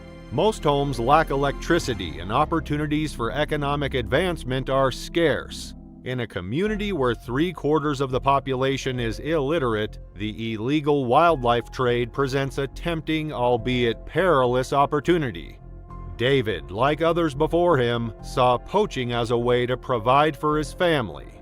The black market for animal products is lucrative. Rhino horn valued at more than gold, and lion bones sought after for traditional medicine and tiger wine in Asia fetch exorbitant prices. Though poachers only receive a fraction of the profits, the income can mean the difference between survival and starvation. David, along with 2 companions, crossed the border into South Africa, driven by desperation and the promise of easy money. Their destination was the Ubabat Game Reserve, a private sanctuary south of the Olifants River. The trio carried hunting rifles capable of taking down elephants, rhinos, or lions. With only basic butchery tools in tow, they planned to harvest whatever they could kill. But this wasn't their first foray into the bush. They knew the terrain and moved with confidence, avoiding flashlights to remain undetected by rangers. As the men crept through the dense undergrowth, they searched for signs of their prey. Stealth was essential, and their hearts pounded with the adrenaline of the hunt. The dry earth muffled their footsteps, but the sharp thorns of acacia trees scraped their arms as they pressed forward. The faint outline of tracks caught their attention, large paw prints in the dirt likely belonging to a lion. They whispered among themselves, crouching low as they examined the trail. But what they didn't realize was that something far deadlier was watching them. The African lion is a fearsome predator, responsible for hundreds of human fatalities each year. Males can grow up to 10 feet in length, including their tail, and weigh nearly 500 pounds. Their powerful jaws and sharp canines are designed to bring down prey much larger than themselves. While lions can hunt during the day, they are masters of the night. Their night vision is 6 to 8 times better than a human's, allowing them to stalk silently and strike with precision under the cover of darkness. As the poachers moved forward, they unknowingly ventured into the territory of a lion pride. The lions, perfectly attuned to the darkness, had the advantage. The men, blinded by the lack of moonlight, stumbled into a deadly trap. Suddenly, the silence was shattered. David let out a cry as a lioness struck him from the shadows, knocking him to the ground with immense force. His rifle discharged, the gunshot sounding through the bush. The lioness's powerful jaws clamped around his skull, her sharp canines puncturing bone. David screamed, thrashing and kicking as he tried to free himself. The two other men, paralyzed with fear, watched in horror as more lions emerged from the darkness, their golden eyes glowing menacingly. Panic overtook them. Dropping their weapons, they turned and ran, their hearts pounding as they fled through the bush. The sounds of David's cries and the growls of the lions faded behind them as they crashed through the undergrowth. Their flight was chaotic. They tripped over roots, tore through thorny branches, and didn't stop until they reached the perimeter fence. Only after scrambling to the other side did they pause to catch their breath. Their survival instincts had overridden everything else, leaving David behind to face the pride alone. Fearing legal consequences and the shoot-to-kill policies enforced by rangers, the two men chose not to seek help, knowing their actions could lead to severe punishment. Back at the scene, the lions continued their attack. For David, there was no escape. Asphyxiation and draining prey of its blood are the primary ways lions subdue their prey, and David was no exception. Within minutes, the predators had overpowered him. The pride fed in silence, their powerful jaws tearing through flesh and bone. The gunshot had alerted rangers who arrived at the scene hours later. What they found was gruesome. David's body had been almost entirely consumed, leaving only his head and scattered remains. Blood stained the ground where the lions had dragged their prey. Nearby, the abandoned rifles and ammunition confirmed the poachers' intent. Tracks in the dirt told the rest of the story. Two sets of footprints leading away from the scene, heading back toward the border. David's remains were transported to Maputha Malachi Hospital mortuary. His sister-in-law, who lived in South Africa, was called upon to formally identify him. The sight was devastating, and the trauma of that moment would stay with her forever. Back in Mozambique, David's family grieved his loss. For them, his death was a tragic consequence of poverty and desperation. The incident showed the deadly risks of poaching, not just from armed rangers, but from the animals themselves. Lions, despite being heavily poached for their bones, remain powerful predators capable of turning the tables on those who seek to exploit them. Conservationists and anti-poaching units pointed to the event as a gruesome reminder of the dangers posed by the illegal wildlife trade. On a warm evening in the summer of 1985, the circus tent in Quakertown, Pennsylvania, was alive with energy. Families from the small town and nearby communities gathered under its towering red and white stripes, drawn by the promise of daring performances and unforgettable sights. Inside, the scent of sawdust mingled with the buttery aroma of popcorn, and the electric lights overhead cast a soft glow on the packed rows of benches. Children sat wide-eyed, clutching their snacks as the ringmaster announced the evening's highlight, a breathtaking display of human skill and animal power. At the center of it all was Manuel Jr. Ruffin, a charismatic lion tamer with years of experience. His confidence and charm commanded the crowd's attention as he prepared to enter the cage with 3 majestic lions. Beneath the excitement, however, a quiet tension hung in the air, a reminder of the inherent danger that came with facing such powerful creatures. Ruffin was no ordinary performer. Born Emmanuel Ruffin in Mississippi in 1938, he had joined the Clyde Beatty Railroad Circus at the age of 13, quickly becoming the student of legendary animal trainer Clyde Beatty.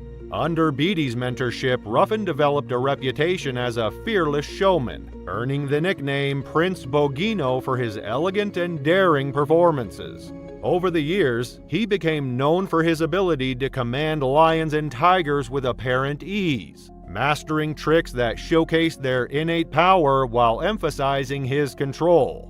Despite the inherent risks of his profession, Ruffin believed his bond with the animals minimized danger, a confidence that set him apart from many of his peers. The act that night was one Ruffin had performed countless times before. He would enter the cage with 3 lions, guiding them through a series of precise movements, leaping over barriers, balancing on stools, and responding to his verbal and physical cues. The performance required perfect timing and unwavering focus, but Ruffin's years of experience made it seem effortless.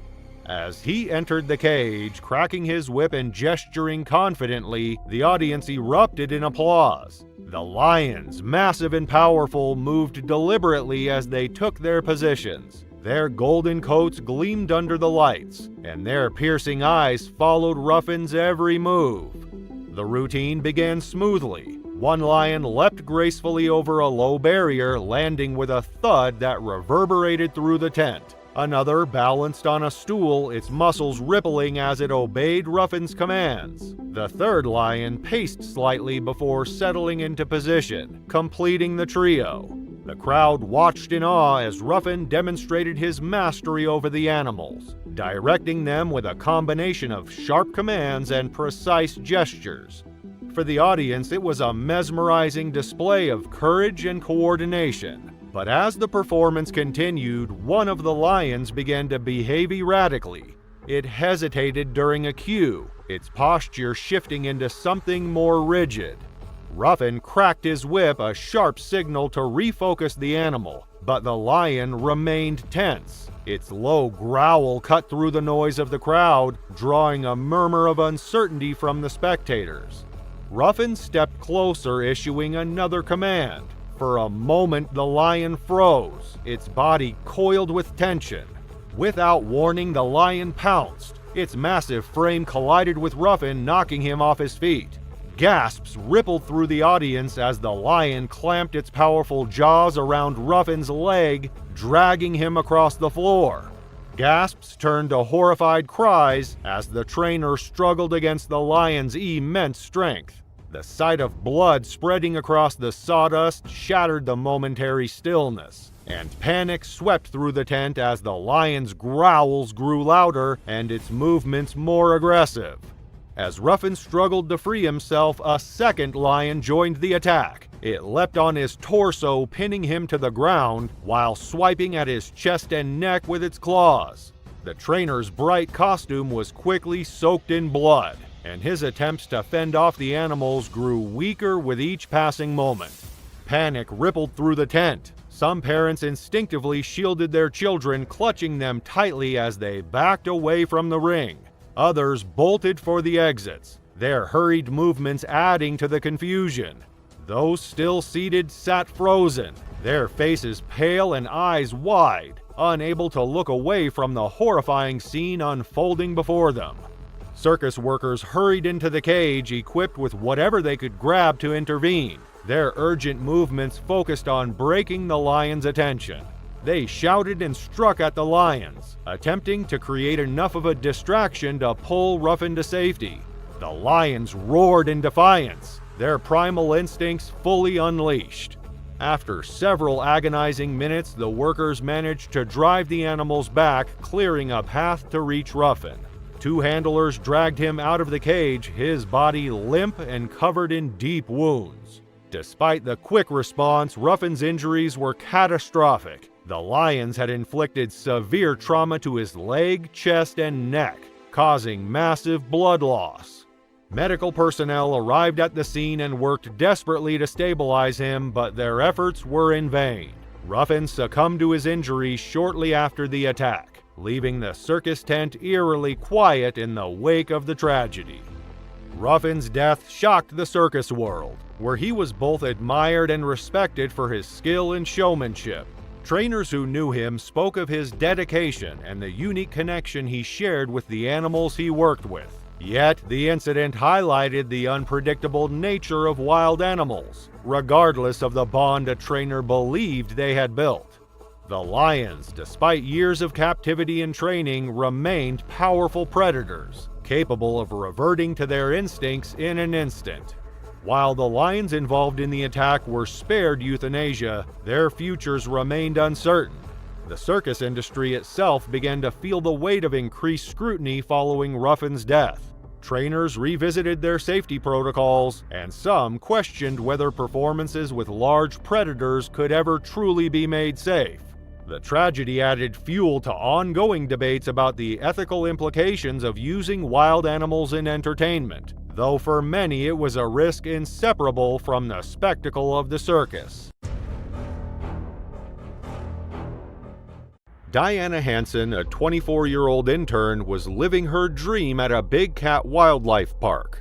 Her lifelong fascination with lions had brought her here, allowing her to be closer than ever to the majestic creatures she admired. But in one tragic, unpredictable moment, this connection to the animals she loved took a deadly turn, a moment no one could have anticipated. From the tender age of 3, Diana was captivated by big cats, lions, tigers, cheetahs, and leopards. Her fascination led her to pursue a degree in biology at Western Washington University, where she gained hands-on experience working with these magnificent creatures. In January 2013, at 24 years old, Diana embarked on a 6-month internship at Project Survival's Cat Haven in Dunlap, California. This 100-acre sanctuary, home to tigers, leopards, and other endangered big cats, was a haven for her aspirations. Diana's enthusiasm was infectious. She often created songs for each cat, endearing herself to both the animals and her colleagues. Her father, Paul Hansen, recalled her excitement during a tour she gave him, introducing him to Couscous, a 4-year-old male African lion weighing 500 pounds whom she adored. On March 6, 2013, the quiet of early morning settled over Cat Haven, a sanctuary sprawling across 100 acres of rolling California foothills. Sunlight filtered through the trees, casting dappled shadows over the enclosures lined with tall grass and scattered rocks where big cats roamed. The air was cool and still, broken only by the occasional rustle of leaves or distant bird call. Diana moved along the winding paths in a golf buggy, her routine well rehearsed, carrying supplies for feeding and cleaning each enclosure. The park owner, Dale Anderson, was away for the day, taking a cheetah to a local school as part of an outreach program. Left behind were Diana and another staff member, Meg Pauls, tasked with caring for the sanctuary's many residents, their movements the only sign of life amid the morning's calm. The day followed a familiar routine. Both staff members were assigned to separate sections of the park, handling the tasks independently and meeting up at the end of their route. This setup was standard, allowing them to work efficiently across the sanctuary's 100 acres. Diana, confident and focused, continued on her path, handling each task with the precision and commitment she'd developed over her months at Cat Haven. But as the morning unfolded, the routine would take an unexpected and tragic turn. Later that afternoon, Diana approached Couscous's enclosure, ready to clean as part of her usual routine. She separated the lion into a smaller holding area with a partition gate, a standard step in ensuring her safety while she worked in the main enclosure. Couscous, familiar with this practice, moved calmly into the confined section. The 4-year-old lion, raised at Cat Haven since he was just 8 weeks old, had become a fixture at the sanctuary. But today, as Diana focused on her tasks, something critical went unnoticed. The partition gate holding Couscous hadn't latched securely. While Diana was sweeping the enclosure floor, Couscous noticed the unlatched gate. He nudged it with his powerful paw, testing the barrier, and it swung open. The 500-pound lion took a step forward, now just feet from Diana, his powerful muscles rippling under his golden coat as he silently approached. Diana, still focused on her work, was completely unaware of the danger closing in behind her. In one swift moment, Couscous closed the distance and swiped at Diana with a single powerful paw, knocking her to the ground. The impact alone from a lion of his size and strength was fatal, breaking her neck instantly. The strike was delivered with the same force he might have used in the wild to take down prey like an antelope. With Diana motionless on the ground, Couscous continued to circle her, curious and perhaps playfully nudging her, a behavior that might be seen as routine interaction among his pride in the wild. But here in the enclosure, it was a haunting scene. Meg, stationed in another part of the park, called out to Diana over the radio. When there was no response, she finished her tasks, expecting to meet up with Diana as usual. But as she waited, Diana was nowhere to be seen. Concerned, Meg climbed into her golf buggy and drove toward the lion enclosure, where she spotted Diana's own buggy parked nearby. A chill ran through her as she saw Diana lying on the ground near a bush, with Couscous standing close by, occasionally nudging her motionless form. Meg's heart raced. Diana looked like she had fainted, but Couscous was outside his usual pen. She approached carefully, speaking calmly to the lion, hoping to keep him at a distance, while quickly reaching for her radio to call for help. She called for emergency help, and within minutes, responders from the Fresno County Sheriff's Office arrived, strategizing a way to separate the lion from Diana's body. Couscous, however, had grown defensive, blocking anyone who attempted to enter. Efforts to distract him with food failed as he lunged at officers approaching the enclosure. Ultimately, they made the difficult decision to shoot Couscous to ensure safe access to Diana.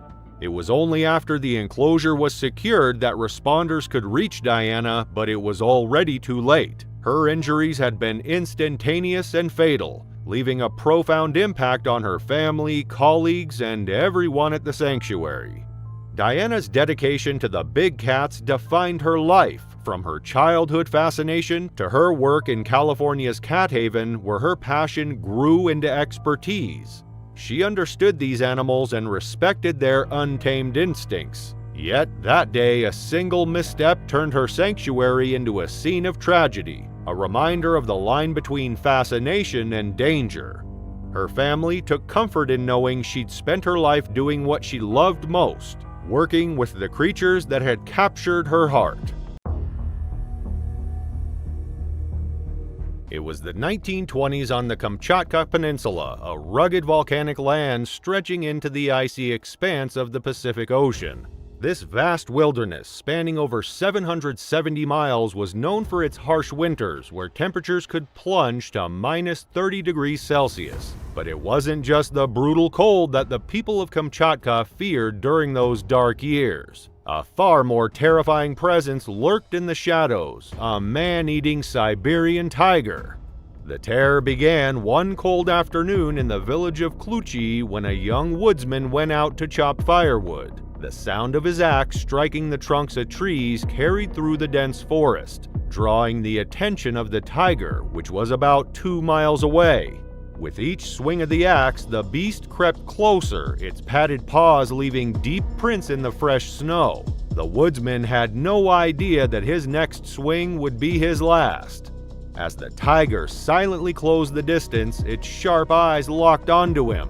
Then, with a terrifying burst of power, it lunged from the underbrush. The man barely had time to react before the tiger knocked him to the ground, its weight pinning him to the frozen earth. A moment later, the tiger's jaws closed around his neck, crushing his windpipe. The young man went still in the snow, his body dragged into the woods by the beast to be consumed at its leisure. When the man didn't return by nightfall, his wife raised the alarm. Villagers launched a search, fearing the worst. They found his axe by the woodpile, and a trail of blood led them into the forest. Less than 600 feet into the trees, they discovered his body, mauled and dismembered. This was the first of many grisly killings. The Siberian tiger had begun its reign of terror. Over the following months, the tiger's attacks grew more frequent. The villagers of Kamchatka found themselves trapped in a nightmare. The tiger was indiscriminate. Young and old alike fell victim to its hunger. As the death toll climbed, panic spread. No one was safe, not even within the confines of their homes. The tiger began to target people in their beds during the dead of night, slipping through the smallest gaps in doorways or windows to drag them away in the darkness. By the end of the first brutal winter, from October 1923 to April 1924, the tiger had claimed the lives of over 15 people.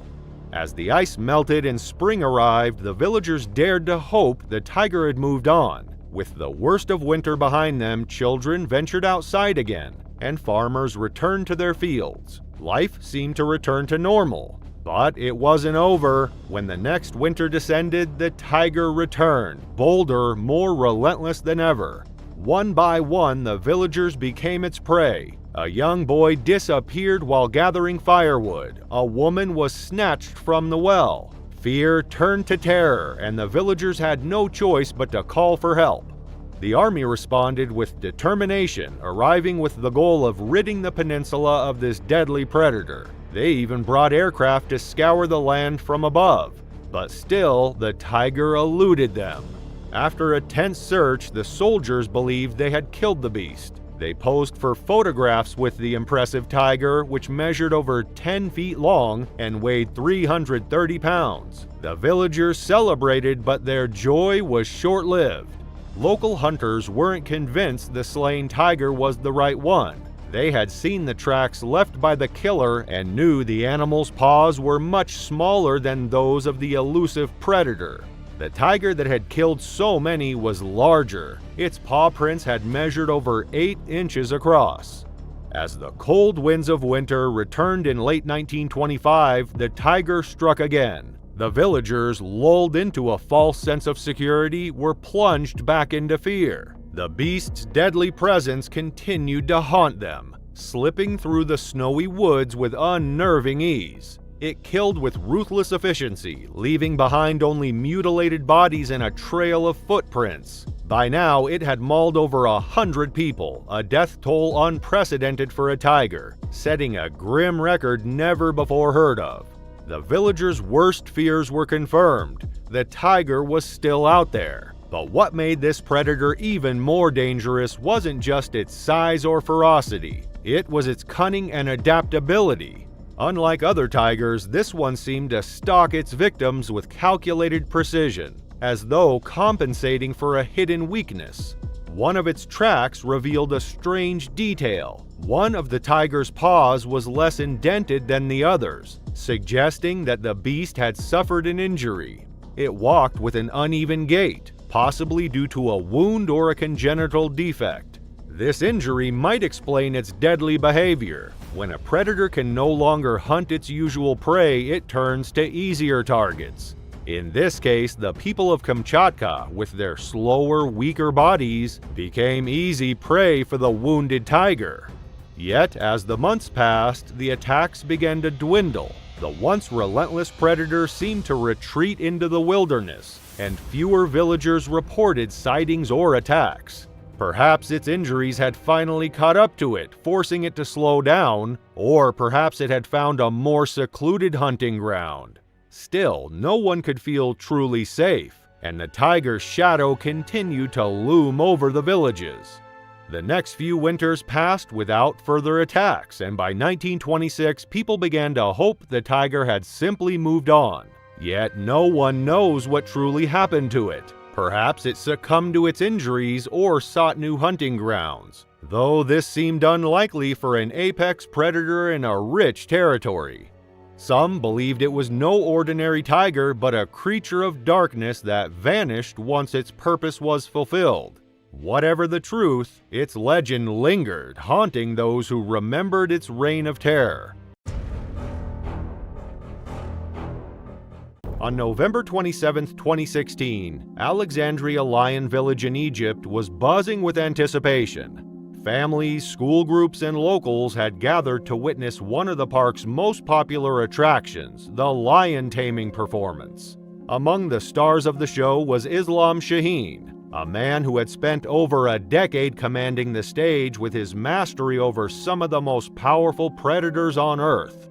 Islam, at 35 years old, was no stranger to the dangers of his profession. He had worked as a lion tamer for 13 years, a job that demanded precision, courage, and unwavering composure. Born and raised in Egypt, Islam grew up captivated by the world of animals. He started his career as a handler, working behind the scenes to care for the lions and other animals at Lion Village. Over time, he developed a reputation for his ability to work closely with big cats, earning the respect of his colleagues and the admiration of the park's visitors.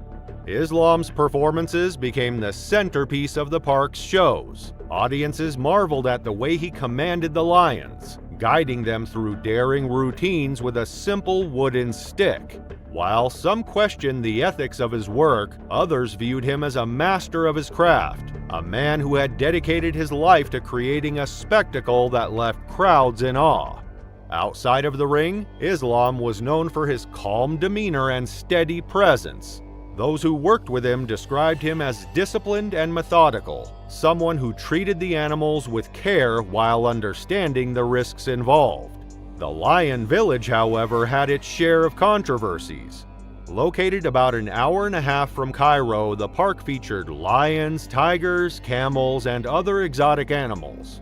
But critics often highlighted the poor living conditions of the animals, many of which were kept in cramped enclosures with little room to move.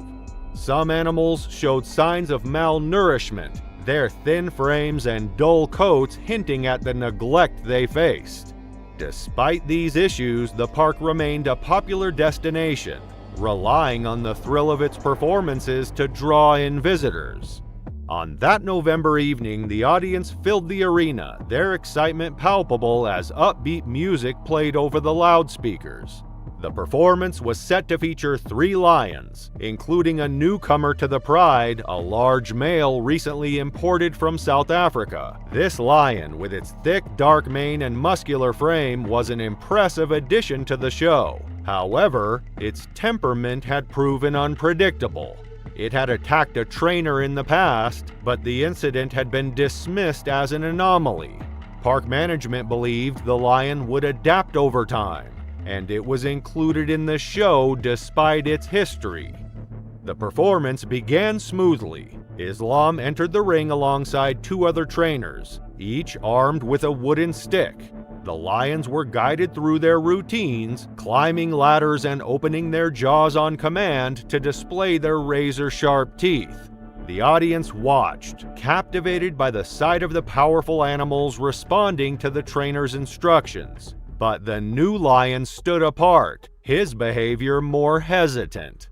It lingered at the edge of the ring, eyes locked on Islam. The trainers continued the performance, unaware of the danger brewing. As Islam directed one of the lions to climb a ladder, the new lion suddenly moved. Its body tensed, its tail flicked, and without warning, he lunged. In a blur of muscle and claws, the lion closed the distance between them, its powerful frame crashing into Islam and bringing him to the ground. The audience erupted into screams as the reality of the attack became clear.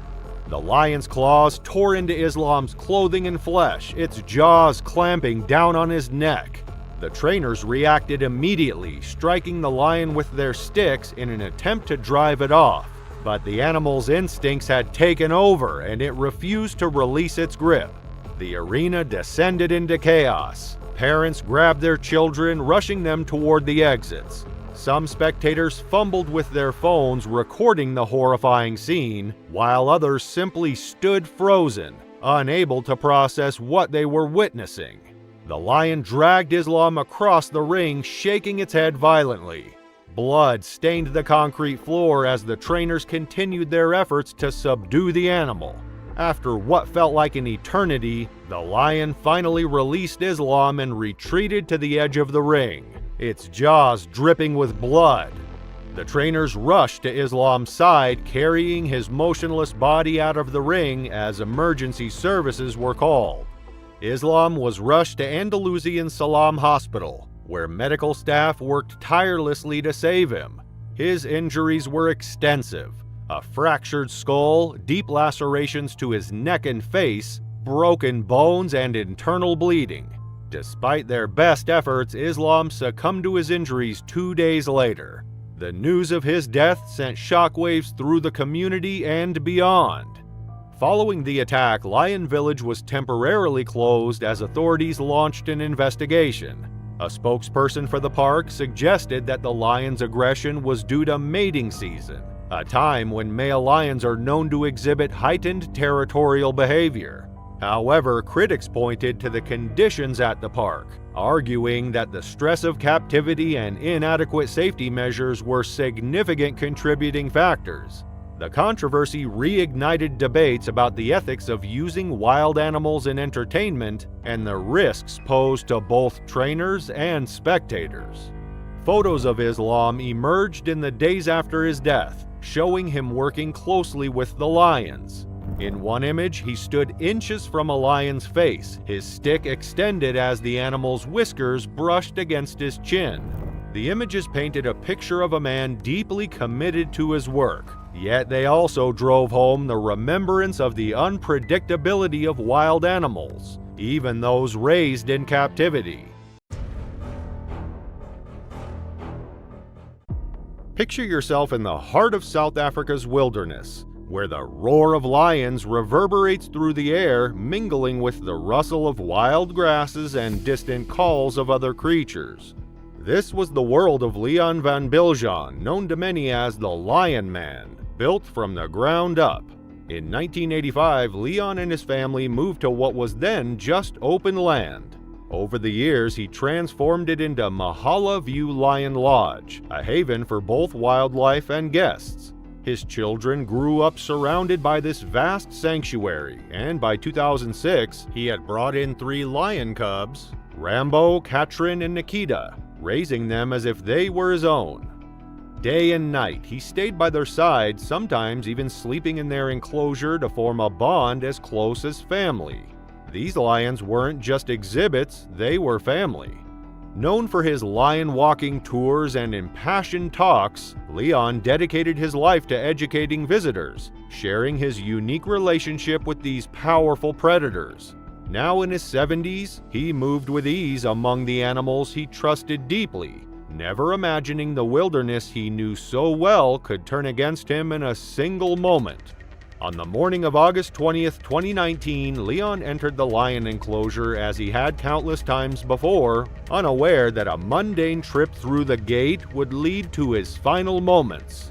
The lions were used to his presence. To them, he was part of their world. That day, however, he had a task, repairing a section of the perimeter fence that needed attention. He opened the security gate and stepped inside, calm and sure of himself, the same way he had hundreds of times. He moved confidently, the lions watching as he set his tools down and began inspecting the damaged fence. But then he did something he rarely did. He turned his back to the animals. As Leon crouched down to inspect the fence, everything seemed routine. The lions, Rambo, Katrin, and Nikita, were lounging nearby, watching him in silence, their massive paws resting against the earth. But crouching down with his back turned was a rare sight for them, and the movement seemed to spark a change. One of the lions began to close in, each step silent, the powerful muscles rippling under its coat. Its gaze locked on Leon, who remained oblivious, focused solely on his task. Then, in a flash, the lion sprang forward, covering the distance in seconds. The massive paws dug into the dirt, propelling its heavy frame through the air. Leon, crouched and unaware, was knocked forward as the lion's full weight struck him from behind. He barely had a second to react before the lion's powerful jaws clamped around his neck. The teeth, razor sharp and built to crush, severed arteries and tore through muscle in an instant. The impact and grip were swift and unyielding. For a moment, Leon's body tensed, his limbs reflexively reacting to the attack. But the power of the lion's bite overwhelmed him, rendering him helpless. The lion's head shook instinctively, its hold tightening as it applied hundreds of pounds of bite force, pinning Leon to the ground. Nearby, the other lions rose, drawn by the commotion, their eyes fixed on the scene as their companion asserted dominance over what had once been a familiar figure in their territory.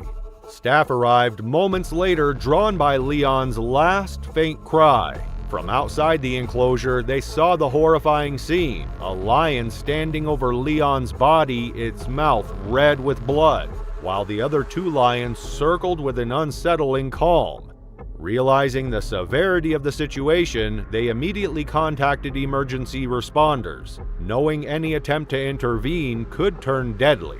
As emergency teams arrived, the response was swift but calculated. To secure the area and prevent further tragedy, 2 of the lions, including Rambo, were shot. The third lion, however, was tranquilized rather than killed, allowing paramedics safe access to Leon's body. In the end, all 3 lions were euthanized, a heartbreaking conclusion that showed the intense risks of working so closely with powerful predators. As news of Leon's death spread, it resonated deeply within the community. Leon Van Biljorn wasn't just any lion keeper, he was known affectionately as the Lion Man, a title he earned through years of dedicated care and deep connection with the big cats he raised from cubs. His lions were more than mere animals, they were his companions, his children, and he had devoted years to their upbringing and to educating visitors about their importance in the ecosystem. For the staff, the sight of the enclosure without Leon and his lions marked an end of an era at Mahala View, which had been Leon's life's work. The reserve continued operating, though under new management, and with increased caution around the lions still in residence. In the days following the incident, both local and international observers considered the risks of close human-animal interactions. Though his family grieved deeply, they found some peace in knowing he lived and passed away in the presence of the animals he cherished.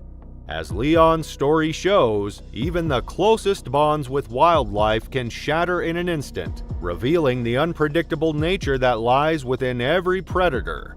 Decades of trust unraveled in a single moment, leaving Leon to face the instincts he had spent his life respecting. In the heart of Uzbekistan, where ancient silk roads once carried treasures between east and west, lies a modern city struggling to maintain its aging institutions. Among them, a Soviet-era zoo where magnificent beasts paced behind weathered bars, and where one man's desire to impress would lead to his devastating end. Farouk Ariskalov had worked at the city zoo for over 15 years, his callous hands and weathered face telling the story of countless days spent tending to the facility's residents. At 44, he was neither young nor old, but experienced enough to know better than to do what he was about to attempt. His monthly salary of 15,000 tenge, roughly $35, barely covered his basic needs. But it was his new relationship that made him yearn for something more impressive than being just another underpaid zookeeper. Marina, his girlfriend of 3 months, had captured his heart with her youth and vitality. At 28, she was significantly younger than Farouk, and her constant social media presence made him increasingly aware of the gulf between their worlds. She would often show him viral videos of other zookeepers interacting with their animals, asking why he had never shared such exciting content of his own work. The lion enclosure had always been the zoo's main attraction. 3 magnificent African lions, 1 male and 2 females, had been born in captivity and raised at the facility. The male, whom the staff called Sultan, was particularly impressive with his full mane and powerful build. Despite their captivating upbringing, these were not tame animals, something Farouk knew all too well from years of careful feeding and cleaning routines. On that fateful morning in December 2024, before the zoo opened to the public, Farouk arrived earlier than usual. The sun had barely risen over the Soviet bloc buildings surrounding the zoo, and a light frost still covered the ground. His colleagues would later recall how he had seemed distracted lately, constantly checking his phone and talking about his new relationship. What Farouk didn't realize was that these apex predators, despite years of captivity, retained every instinct of their wild ancestors. African lions capable of bringing down prey weighing up to 1,000 pounds possess jaw strength measuring 1,000 pounds per square inch. A single swipe of their paw can crush a human skull, and their territorial instincts remain as sharp as their 4-inch canines. The footage recovered from Farouk's phone would later reveal his final moments. He approached the enclosure with his phone held high around 5 a.m., recording himself as he spoke to the lions in the enclosure. The animals, usually still drowsy at this hour, began to stir as he drew closer. Then, in a decision that would prove fatal, he did the unthinkable. He entered through the service door.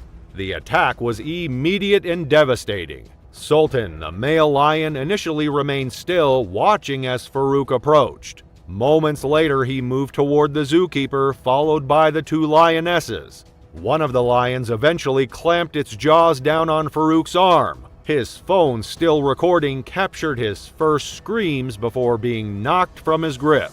With over 800 pounds of muscle and raw power bearing down on him, any chance of escape vanished. The lions continued their attack, overpowering him with ease. There was no one else present at that early hour. Farouk had entered the enclosure alone, and the zoo had not yet opened for the day. His absence was only noticed when the other employees arrived later that morning, and by then, it was far too late.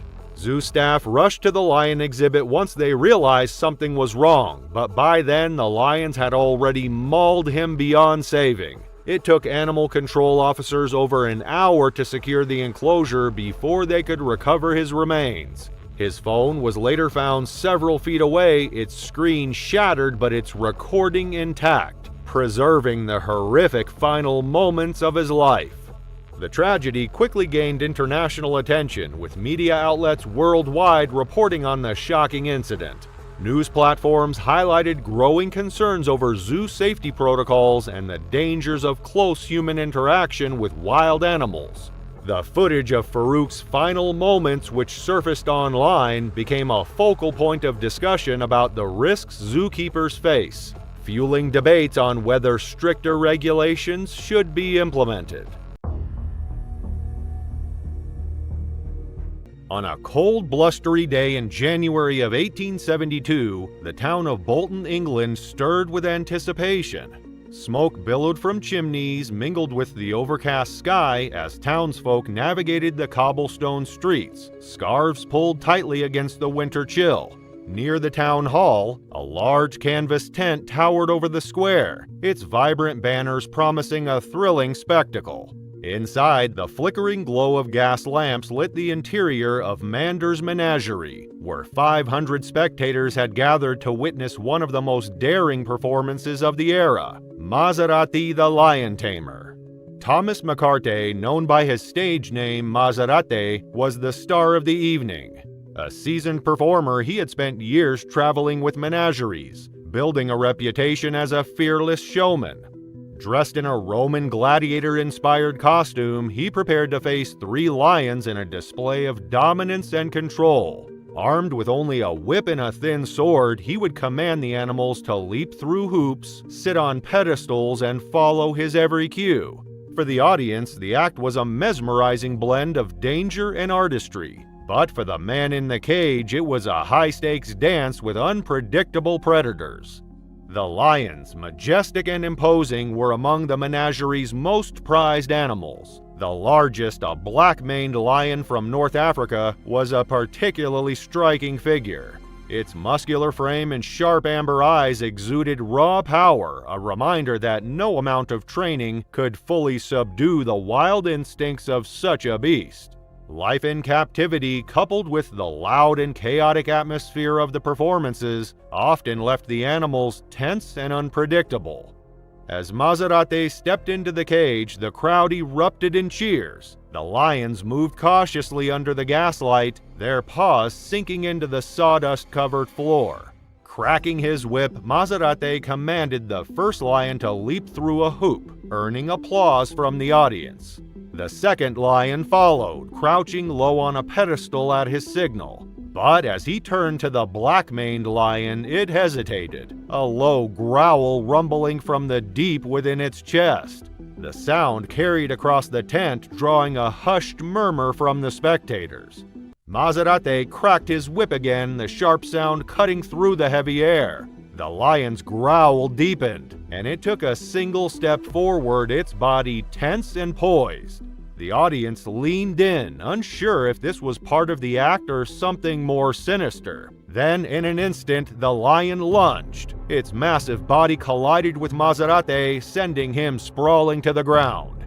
The audience gasped, some believing it was still part of the performance. But as the lion's teeth sank into his shoulder, blood stained the sawdust, and the reality of the situation became horrifyingly clear. The other two lions, spurred by the commotion, joined the attack. Their claws raked across Mazarate's chest and arms as they circled their fallen trainer. The tent erupted in chaos. Spectators screamed, some fainting, others rushing toward the exits in a frantic attempt to escape. Handlers dashed to the cage, wielding iron bars in a desperate effort to drive the lions back. The gas lamps flickered as shouts and roars filled the air. For several agonizing minutes, the handlers fought to subdue the lions. They struck at the animals with iron bars, attempting to create enough distance to reach Mazarate, who had been dragged deeper into the cage. By the time they managed to pull him out, his body was severely mauled, his costume soaked in blood. He was barely alive, his breathing shallow. Witnesses later claimed he tried to speak, his lips moving faintly, but no words came. He succumbed to his injuries shortly after being carried from the tent. The attack left the crowd in shock, and news of the tragedy quickly spread across England.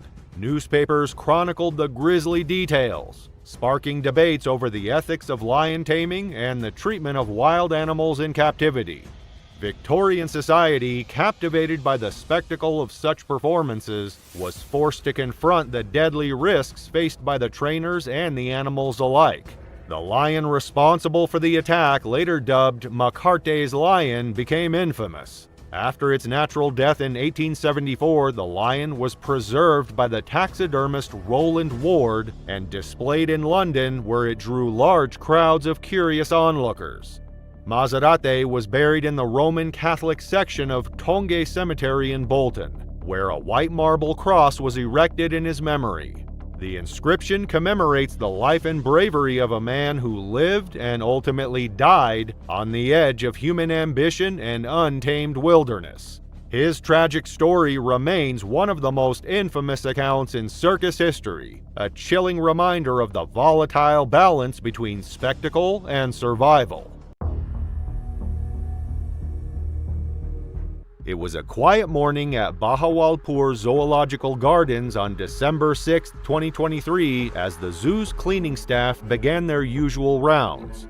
The first rays of sunlight cast a soft glow over the sprawling 25-acre grounds, highlighting the tranquil scenery. Birds chirped in the distance, a lion's growl rumbled faintly, and the occasional hiss of a snake cut through the air. The staff moved along the perimeter fence, preparing to clean the tiger enclosure's indoor dens. But as they approached the enclosure, something felt off. The three Bengal tigers lounged at the back of their pen, seemingly calm. Then one of them moved. Slowly, its head turned, revealing something clamped in its powerful jaws, a shoe.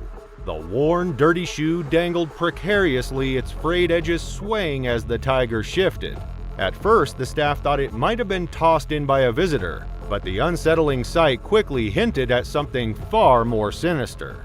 Uneasy but determined to complete their work, the cleaners continued along the fence, scanning for other clues. As they ventured further, their eyes widened in horror. Lying half hidden in the mud and shadows was a motionless body, face down and lifeless. The man's legs were severely mauled, his clothes torn to shreds, and his skin was pale, drained of life. With every step closer, the grim reality of the situation became clearer. This man was dead, and the tigers had been involved. The cleaners immediately called emergency services, and the zoo was quickly locked down. Staff realized they were facing something far worse than a misplaced shoe. Authorities arrived and began their investigation. What initially appeared to be a tragic accident soon spiraled into a deeper and more complicated mystery. The body was identified as 28-year-old Muhammad Bilal from Greentown in Lahore. Investigators believed he had died the night before. His father, Dr. Muhammad Javed, was informed of the tragedy and began his journey to Bahawalpur, a grueling 250-mile drive. The tigers were moved to a secure area as authorities scoured the scene for evidence. Muhammad's injuries, particularly the extensive damage to his legs, were consistent with a tiger attack, and investigators concluded that he had likely died from blood loss. However, the media quickly latched onto the story, speculating about Muhammad's motives. Rumors painted him as a troubled individual with a history of conflicts with law enforcement. Some reports labeled him reckless or even suicidal, suggesting he had entered the enclosure on purpose. The zoo's narrative added fuel to this theory, claiming that Muhammad had breached their perimeter, scaled an exterior wall, and jumped into the tiger enclosure from the roof. But not everything added up. Investigators examined the zoo's CCTV footage but found no evidence of Muhammad entering the premises that night. There were no signs of him climbing walls or slipping through gates. His presence remained a mystery. How had he gotten into the zoo after hours? Why was he there at all? The zoo insisted Muhammad was an intruder who had deliberately put himself in harm's way. But as investigators dug deeper, troubling new details emerged. It turned out that Muhammad had been involved in an altercation with one of the zoo wardens earlier that day. Some believed this was why the zoo staff were so quick to label him unstable and reckless, pushing a narrative that conveniently absolved them of blame. Meanwhile, Muhammad's father adamantly denied the rumors surrounding his son. He described Muhammad as a bright and law-abiding man, dismissing any claims of drug use or erratic behavior. Further investigation suggested that Muhammad's presence on the Tiger House roof may not have been intentional. Evidence pointed to the possibility that he slipped and fell, landing heavily inside the enclosure.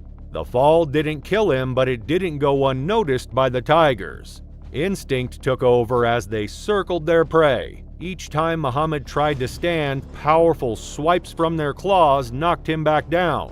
One tiger clamped its jaws around his leg while the others attacked in unison, their bites tearing through flesh with ease.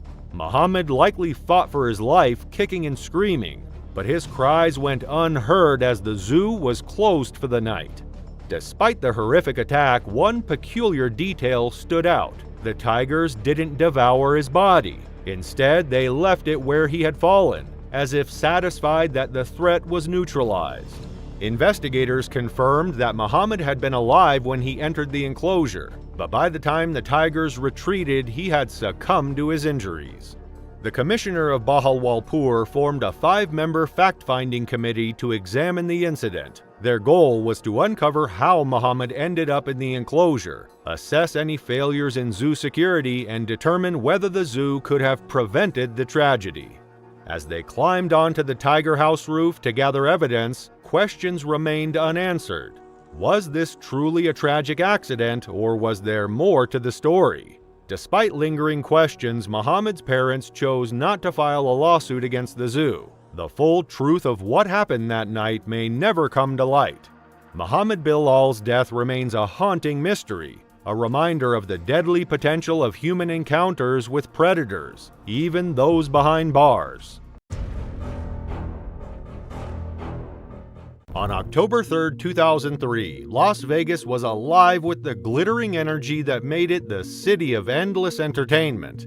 At the Mirage Hotel and Casino, an audience packed into the theater, ready to witness one of the Strip's most famous acts, Siegfried and Roy. Known for their larger-than-life performances featuring illusions and live exotic animals, the duo had become icons in the entertainment world. Their show, a spectacle of magic and wildlife, had drawn millions over its 13-year run. But this night would mark a devastating turn of events. Siegfried Fischbacher and Roy Horn had captivated audiences for decades, combining Siegfried's intricate illusions with Roy's command over some of nature's most majestic creatures. White tigers were the centerpiece of their act, and none was more famous than Manticore, a 400-pound tiger raised in captivity and integrated into their performances from a young age. For years, Manticore had been a symbol of the bond between man and beast, his presence both awe-inspiring and commanding. That night, he took the stage again alongside Roy under the bright spotlight. The theater was electric as the audience erupted into applause, their focus fixed on the lone stage where Roy appeared with Manticore at his side. The tiger moved with the sleek grace of a predator, its pale fur gleaming under the lights.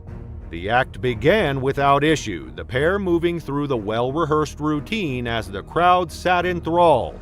Then, in an unscripted moment, Roy lifted his microphone toward Manticore, instructing the tiger to say hello. Instead, the tiger bit onto Roy's sleeve.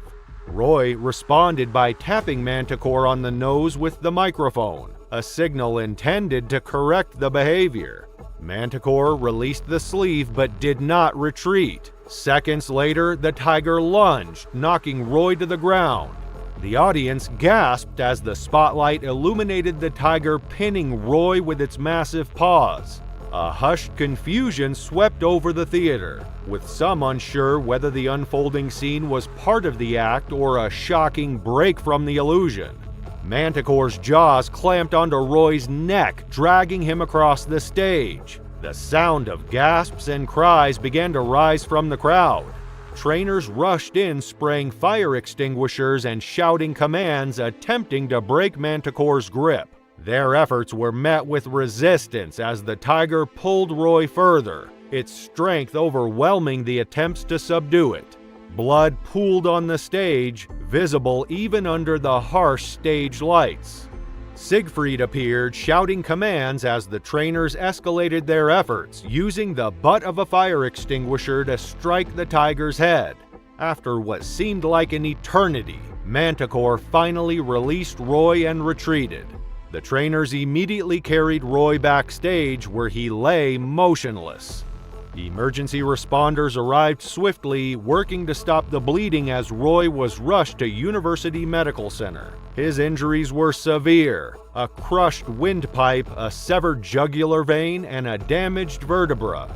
He had lost a massive amount of blood, and his condition was critical.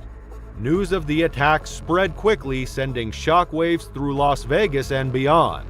The Mirage Theater, once filled with cheers and applause, was now eerily silent, its audience left stunned. Manticore was quickly secured and returned to his enclosure, but the damage was done. The attack ended not just the night's performance, but the entire run of Siegfried and Roy's iconic show. Surgeons worked tirelessly to save Roy's life. During the procedure, he suffered multiple cardiac arrests, and part of his skull was removed to relieve swelling in his brain. Despite the odds, Roy survived, though the attack left him permanently impaired. He lost much of his motor function, and his ability to speak was severely diminished. The incident ignited a firestorm of controversy. The U.S. Department of Agriculture launched an investigation into the attack, while animal rights groups renewed calls to retire performing animals. Speculation about what caused Manticore's behavior ranged from claims of a stroke suffered by Roy during the performance to allegations of mishandling. Roy himself later stated that Manticore had been attempting to protect him, though this explanation was met with skepticism. Others pointed to the inherent risks of working with wild animals, even those raised in captivity. Manticore remained under the care of Siegfried and Roy until his death in 2014. The duo, though retired from regular performances, made a brief return to the stage in 2009 for a final act, a gesture of closure to their illustrious career. Roy continued to live at the Jungle Palace, surrounded by the animals he had devoted his life to. In 2020, he passed away after battling a severe illness, leaving behind a legacy marked by wonder, risk, and the unbreakable allure of the magic they created. The attack remains one of the most infamous moments in entertainment history. It demonstrated the fine line performers walk when blending illusion with the extreme power of wild animals. For Siegfried and Roy, it was the night their magic faltered, leaving behind a story of triumph, tragedy, and the enduring mystique of the white tiger. Thanks for watching this Big Cat Attack compilation. If you want to see more, there's a new video waiting for you on your end screen right now. And don't forget to share your thoughts on these attacks in the comments.